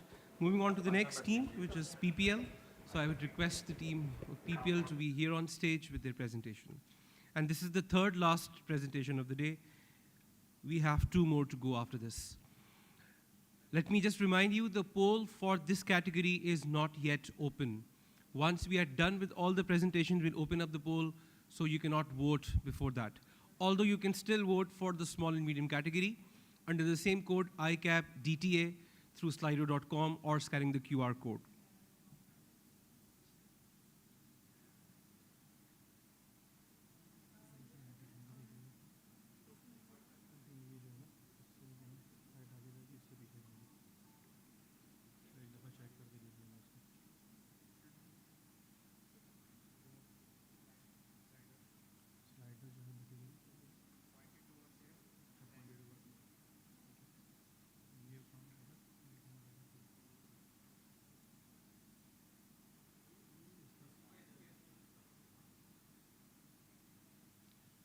Bismillahir Rahmanir Rahim. My name is Shahab Ahmed, and I'm looking after treasury operations at Pakistan Petroleum. With me are my colleagues Fatma. She is basically the business analyst, and she's looking after all the automation and technological initiatives that we are taking in PPL. Also with me is my colleague Mr. Zabran. He is basically looking the trade finance portfolio. So let us start the presentation. This presentation, as part of the treasury operations, one of the things that we are basically managing is the trade finance, where we primarily import the necessary equipment, spares, and other sort of stuff for our trade operations.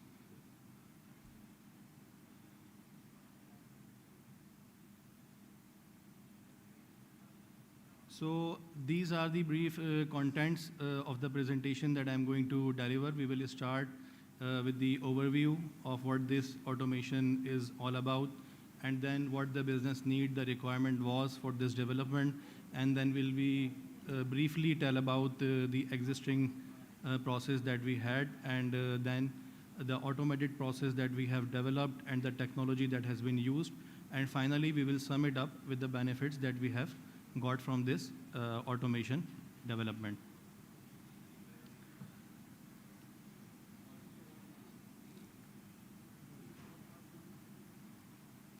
So basically the import operations at PPL, they primarily involve two departments of the company, the procurement department and the finance department.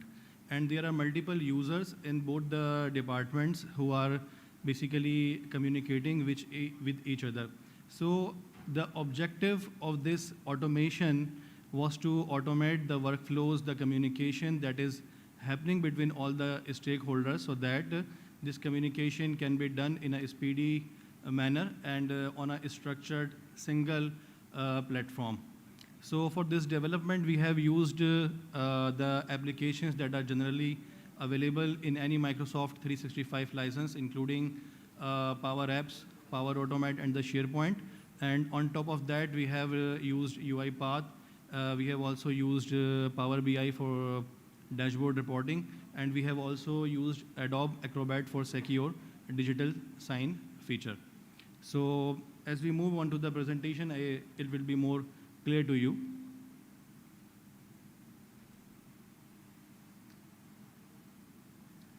So this is briefly about the things that actually took us to think about this development. As is the case with any manual process, it involves physical documentation from person to person. It involves back and forth follow-ups. And when there are multiple departments involved, then you have an issue on the data agreement. You don't have a single source of truth or the database on which you can agree. And for the public sector entities like PPL, so we have an additional requirement that we need to seek the approval from the State Bank of Pakistan for each and everything that we want to import. So these were the issues with the existing process. In addition to these, if this process is not completed on a timely manner, then it can have significant implications in terms of the additional cost for the company. For example, if we are unable to import a particular thing on time, it can delay our exploration activity, it can lead to disruption of our production operations, and at times it is difficult to hold the prices from the suppliers. So this is briefly our existing process. As I told earlier, two departments are involved, procurement department and the finance department. So the process starts when the procurement team has placed a firm purchase order in favor of a foreign vendor or the supplier. So this is where the process begins. So somewhere in the procurement team, now they have to send a formal request to the finance department to send an LC establishment or the contract establishment case to the bank. So what they do, they gather the required information and they put it on a paper, they get it internally approved, and they send it to the finance department. And within finance, there are two people who actually scrutinize the things that are received from the procurement department, and once this is okay, they send it over to the bank signatories who review it and approve it and send it to the bank. And the bank shares the reference number, for each and every case. So if there is any urgent case, then we need to go to the State Bank's website and check the status. So previously, this entire process was being managed manually and from person to person, so it had multiple issues. So with the automation, I would like you people to see this slide. So we started with creating a centralized database using the Microsoft SharePoint. We created a database with defined fields and columns. So now when the procurement department now starts the process, they don't need to go and do manually generate a request. All they need is to go to the site. There is a form they need to click, and a form will appear with the required fields, and they will fill that form. And there are two buttons that will be over there. One would be to send the case to the next step, and one would be to send the case to the previous step. So all these communication that was previously happening on email, on hard copies, it is now being managed online on the very basic applications of the Microsoft. So this is how the case is moved from procurement to the finance department. Now when it lands in the finance department, the team has scrutinized it, has reviewed it. When it goes to the signatories, now the signatories now will approve the documents digitally using the Adobe Acrobat Sign feature. And this is how the case is submitted to the bank. And when the bank shares the reference number, then the finance team maintains the reference number for each and every case on the SharePoint database. So for example, now we have 100 cases. So we have deployed a bot which basically run on daily basis on a specified time. It will go to the SharePoint database, it will pick the case reference number, and it will go to the State Bank site. It will check the status of the case and copy it back on the SharePoint. So we don't need to do it manually now. It is all happening through bot. So, and finally, for management reporting, we are using Power BI for generating different dashboards and also for exception reporting. So as you can see that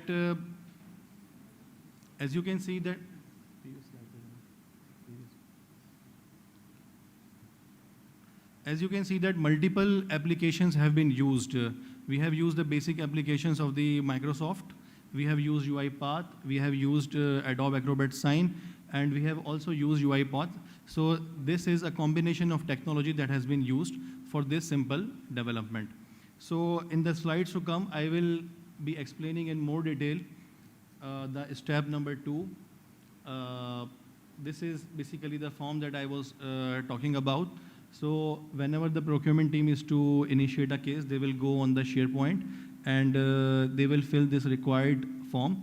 It also contains data validation checks. For example, if the PO number, it comprises of 10 digits, so it cannot be 9 digits.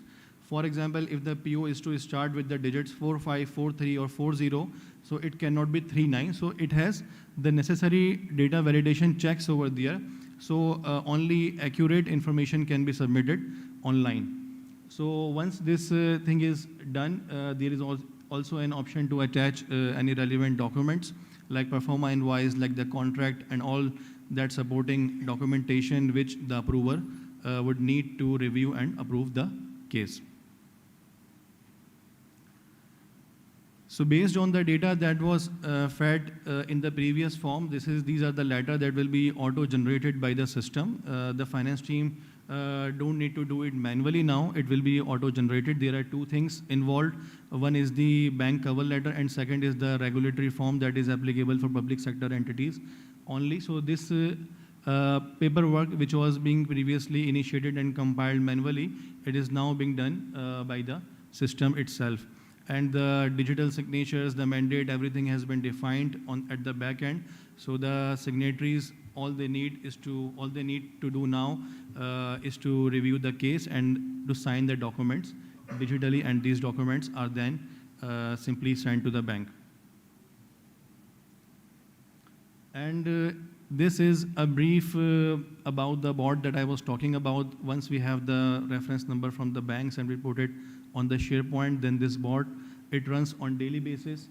So it goes to the SharePoint, it gets a reference number, it goes to the SBP's website. This is generally how the bot runs. I think everybody is very well aware of how the bot is functioning. So instead of someone doing it in the finance department, this is now being done by the bot on daily basis. And this is one of the dashboards that we have developed using the database that is now available on the SharePoint.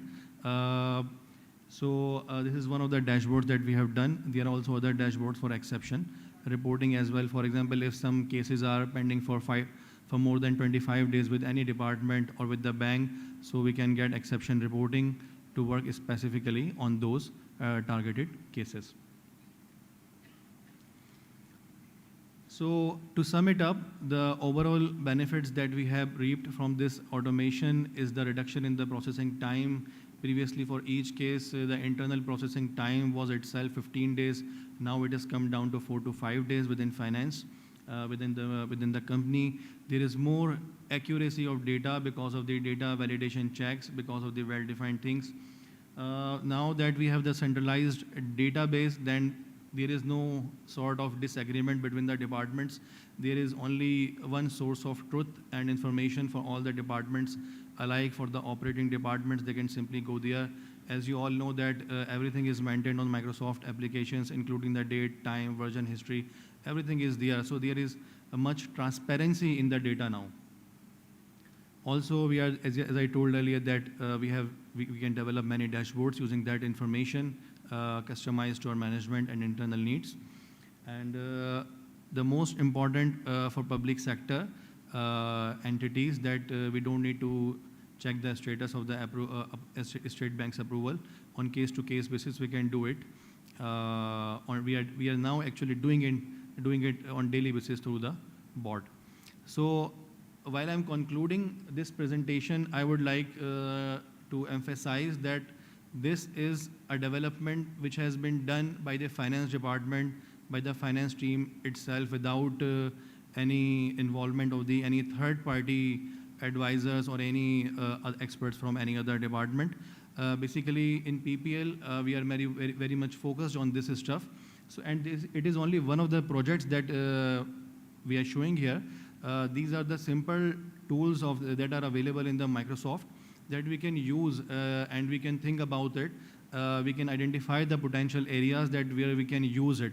So, for example, in addition to this thing, we are using bots for fetching and uploading our bank statements for our complete invoice management system.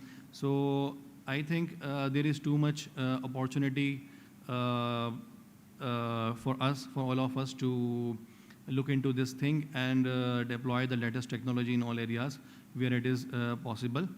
Last but not the least, I would like to thank you, ICAF, for providing this opportunity to us.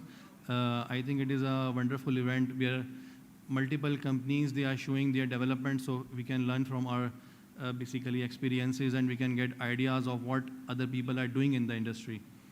Thank you so much.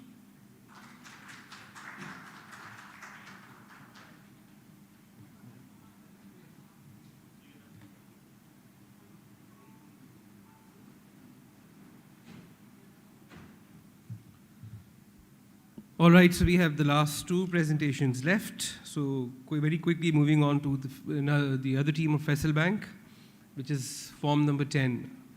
So I would like to invite them once again, and then this is going to be the second last presentation of the day. Namaz arrangement has been made in the prayer area. Those of you who want to go, pray and come back, you can do that meanwhile the presentations are going on. We're not going for a specific break, but you may do it at your own convenience. So as you step out of the auditorium, you'll see the signages which will guide you towards the prayer area. So over to the Faisal Bank team once again. Assalamu alaikum. Bismillahir Rahmanir Rahim. A brief reintroduction. I am Mohammad Shahbaz, Head of Business Analytics at Faisal Bank, and I'm the business partner with Digital Banking Function. And I am accompanied by Mr. Zubair Khan, who heads our digital products and sales. So our second project is Faisal Merchant Acquiring. So this slide explains on the left side, you can see that it is a conventional acquiring model. And on the right side, it is the model, partnership model adopted by Faisal Bank Limited. So on the left side in the conventional acquiring model, you can see that the acquiring bank has many tasks to perform, like payment scheme, managing the payment scheme licenses, managing the POS machines, deploying the POS machines, service delivery, KYC and regulatory compliance, merchant hosting, as well as merchant onboarding.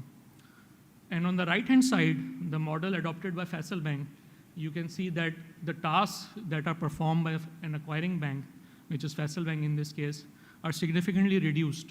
Faisal Bank is only looking after the payment scheme licenses, as well as the KYC and regulatory compliance. All the other tasks, POS management, deployment, service delivery, merchant hosting, as well as merchant onboarding are being performed by our fintech partner, which is responsible for all the tasks. So you can see this model is much more efficient, time saving, as well as cost efficient. So what are the key advantages of this project? I will only highlight the key points to save time. So as you can see that this model is much more efficient, so significantly less time to market. And the one point which I would like to specifically highlight is that this is a no capex model. There is no infrastructure cost involved in this project, zero infrastructure cost. So significantly more cost efficient. So key numbers here. As an accountant, we have to keep a close eye on all the key numbers. So this project was launched in late 2023, and so far we have deployed 3,000 plus POS countrywide. Throughput is of 14 billion rupees, and so far we have raised a deposit balance of 1 billion plus. So keeping in view the current spread rates, you can clearly assume the revenue this has contributed to the bank. Another important thing I would like to highlight that if we had adopted the traditional capex model, then there's a cost of approximately $1 million, which in turn means 280 million rupees and almost 100 million hit to the P&L. So this project has saved almost 100 million rupees per year. These are the key merchants we are collaborating with currently. You can see all the big names are here: Imtiaz, Kebabji, Zelvery, Khadi, Total, etc. And these are only the key names. That's it. So to conclude, I would like to specifically mention for all the viewers here as well as viewing us online that Faisal Bank's digital banking propositions are being rewarded and being recognized by credible organizations. Last Friday, our WhatsApp banking proposition, which is the first proposition that we presented here, has won the Best API award. So Alhamdulillah, Faisal Bank's propositions are not only being recognized by our customers, but also by credible organizations. And I would also like to thank the ICAP team for giving us this opportunity to present our case. Thank you all.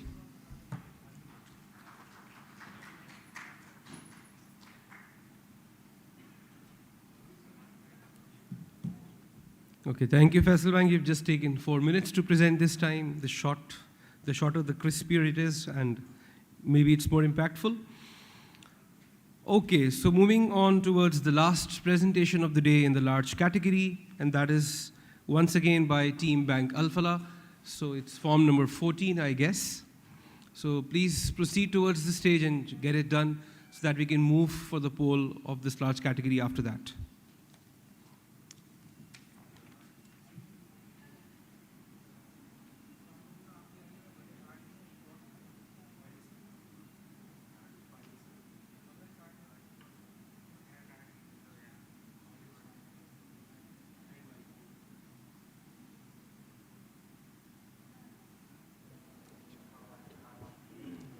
Hi, am I audible?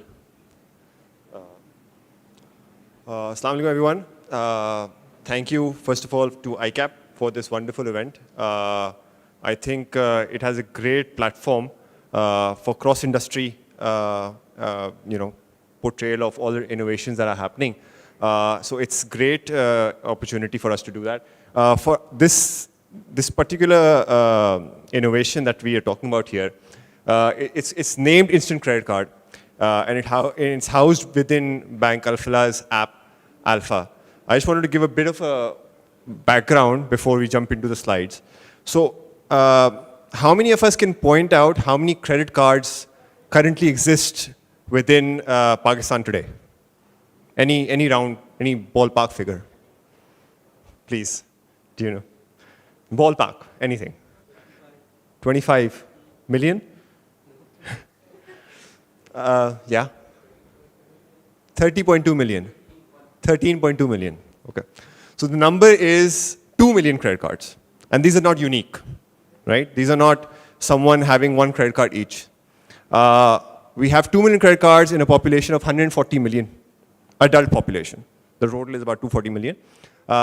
Compare that with India, that's about 100 million credit cards there, which is about 7%. Our penetration is a paltry 0.13%, right? So that's where the idea of launching a card with a journey which is instant, which the customer can get instantly, and they can start using it right away.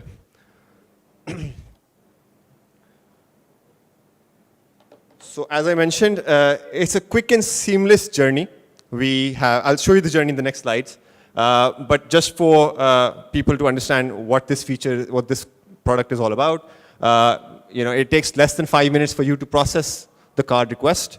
That involves multiple outside of the bank integration.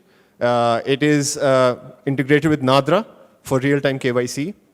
It is integrated with AML KYC systems, which ensures that there is no breach of compliance there. It is integrated with the bureau, which is mandated by the State Bank. So we have instant information and real-time information of the customer's financial liabilities outside of the bank. There are credit algorithms running at the background while the customer is applying. So we know exactly how much the customer needs to be given. Rather than giving them a static number, say 500,000, we actually go down to the nearest 1,000. So the customer might get somewhere close to 241,000, or customer might get something like 2 million, right? So it's dynamic that way. And the customers can also choose what card they want. So they won't just be getting a standard plastic card. They can choose if they want to get a platinum card.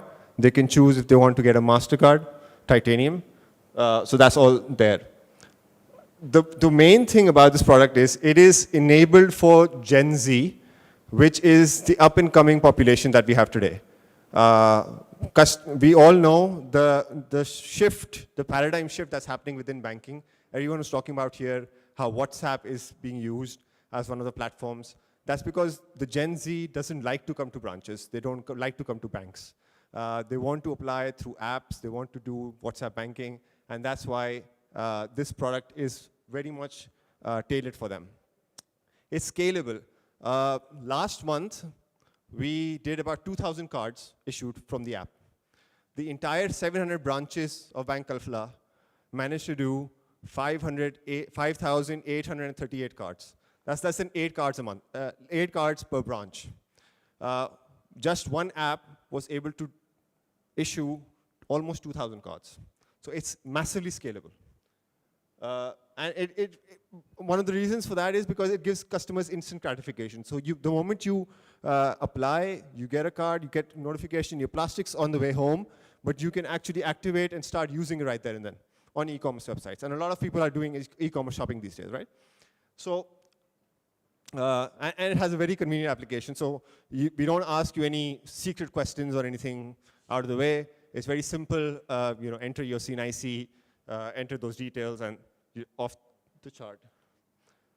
Like I said, this is the customer journey. It's fairly simple. The first one is where you log into the Alpha app.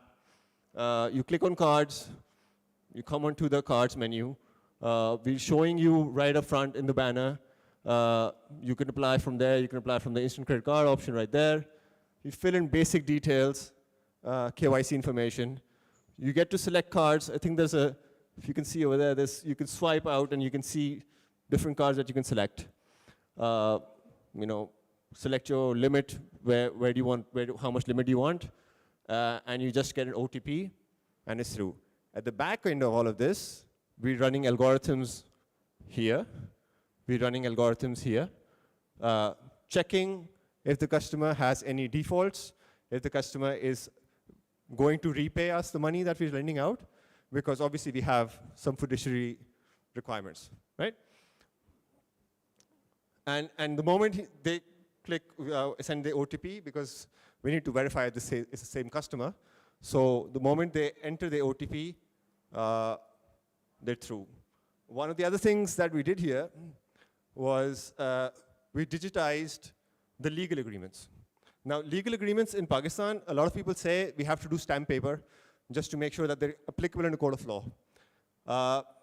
But a very lesser known legal document which exists, a law which exists, is called the Electronic Transaction Ordinance 2002, which permits legal agreements to be digitized. And we use that through our legal team to actually digitize the entire agreements. And alhamdulillah, so far, we haven't had any case which has not been admissible in a court of law. So it has gone through as well. So we didn't stop there. What this presentation is about is a 1.5-year journey where we've launched this product and we've seen some fantastic results. The product was launched, but what came after the product was more important. We got to see a range of analytics coming through because all of that data that was lost when branches actually type in everything they have to. This was all digitized, right? So we got all of this data coming through. We have personas coming through. These are very basic personas, but we have very extensive personas that are used for marketing. We have about 93% of them are males, 6.6% is female, 67% are between the age bracket of 30 to 49, 53% salaried, self-employed is 46%. But basically what this helps us do is tailor our marketing efforts when we want to drive spend, when we drive some campaigns to them. We are able to tailor it out to these customers.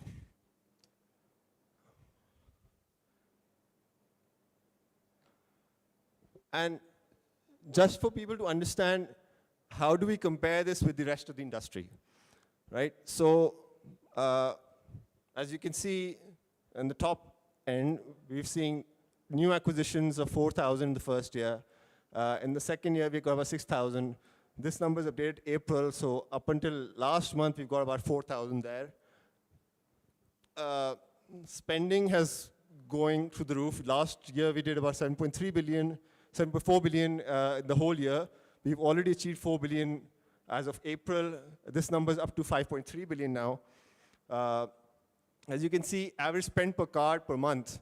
The industry average, if you take the entire industry, that's 51,000. Bank Alfala's own customers who are acquired through the branches, they do about 54,000 rupees of spend a month. Digital guys are doing 114,000, right? They're more than double. So they're more engaged, they're able to spend more, and you're seeing a lot of growth coming in through from here. So spending growth is actually increasing as well.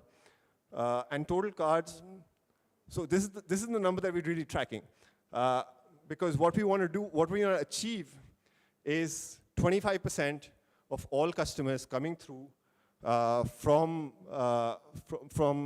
all customers, all credit cards acquired should be coming through our digital channels, not through the branches, right? And we achieved that number last month, but we want to make it consistent across the board. And the ambition is to actually do it to take it up to 50% by end of next year. You do the next slide.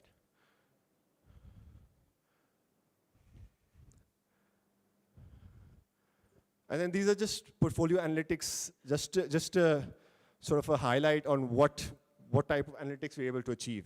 So we're doing card acquisition by variants. We're trying to actually plot that against how much spending they're coming through. So Optimus does the most. We get a lot of Optimus MasterCard cards. They do equivalent amount of spending. But if you look at Platinum, we're only getting 10% Platinum cards, but they're doing 21% spending, right? And then we also do category-wise spending. This here is the gold mine, because that's where we're able to actually pinpoint our campaigns to them. So if you want to launch a utility bill payment, we're able to see they spend about 22% on a normal basis. If we spend a campaign, how much does it go up? What dates do these customers do it? Because a lot of customers have specific dates where their utility bills come through. Again, retail spend, this is a very broad category. We have retail spend split between e-commerce and local POS. We have it split between international and local spend. And then down to merchant category-wise, where these customers are able to spend on certain merchant categories. Is there any more slide? Ek aur hai, or this is it? This is it. Just wanted to conclude by saying a lot of innovations happening around the globe, specifically for payment side, but we're seeing a little less focus on the credit side of things.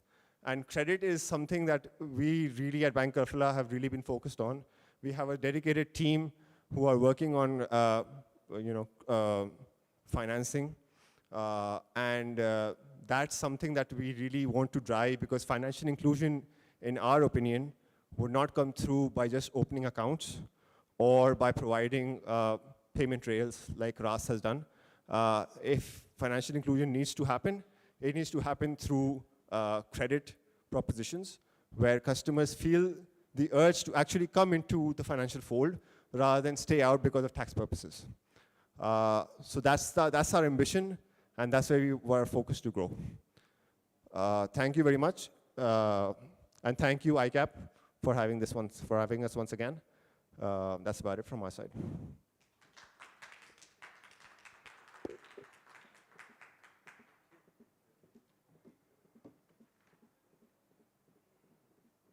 Okay, so with this last presentation by Bank Alphala, we come to the end of this category as well.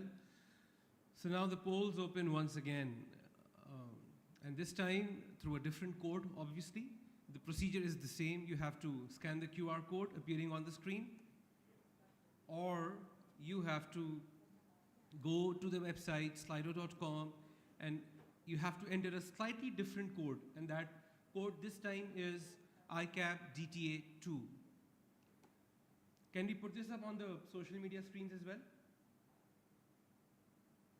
Okay. So for the small and medium categories, it was ICAP DTA. This time, for the large categories, it's ICAP DTA 2, or you can scan the QR code and get the voting done. The process is the same. You have to select one out of the 8 nominations listed over there. And please be very careful where we have 2 teams from Faisal Bank and 2 teams from Bank Alphala. So you have to differentiate from their form number.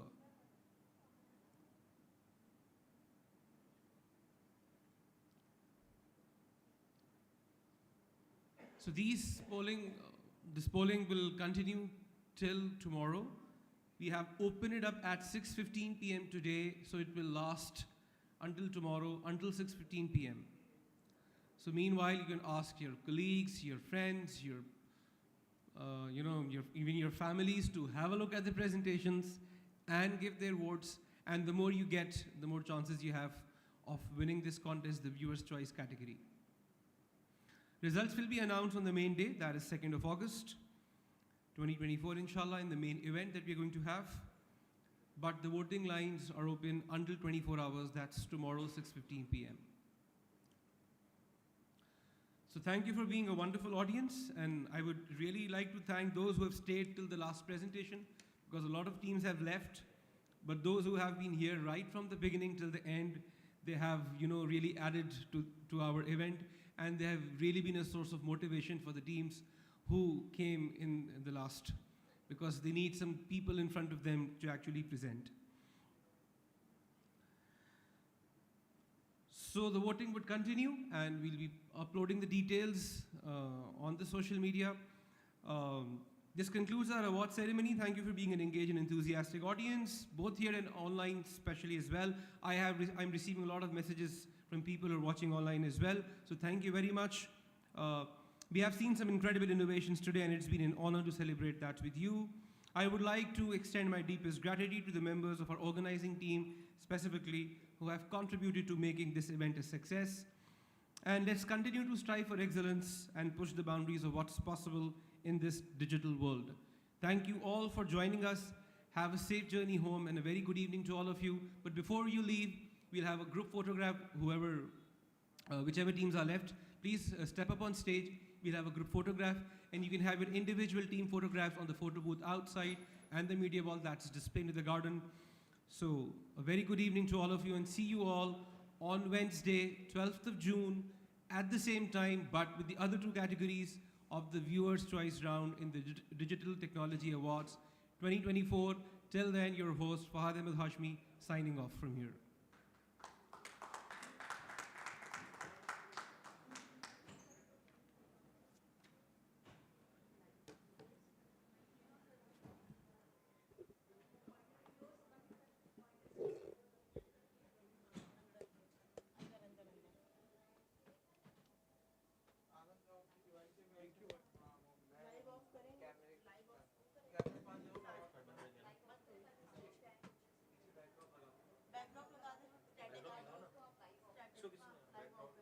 Backdrop इससे जाएगा इसे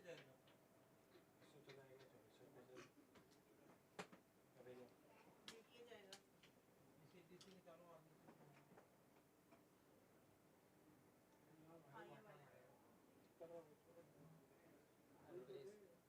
ठीक है दे दे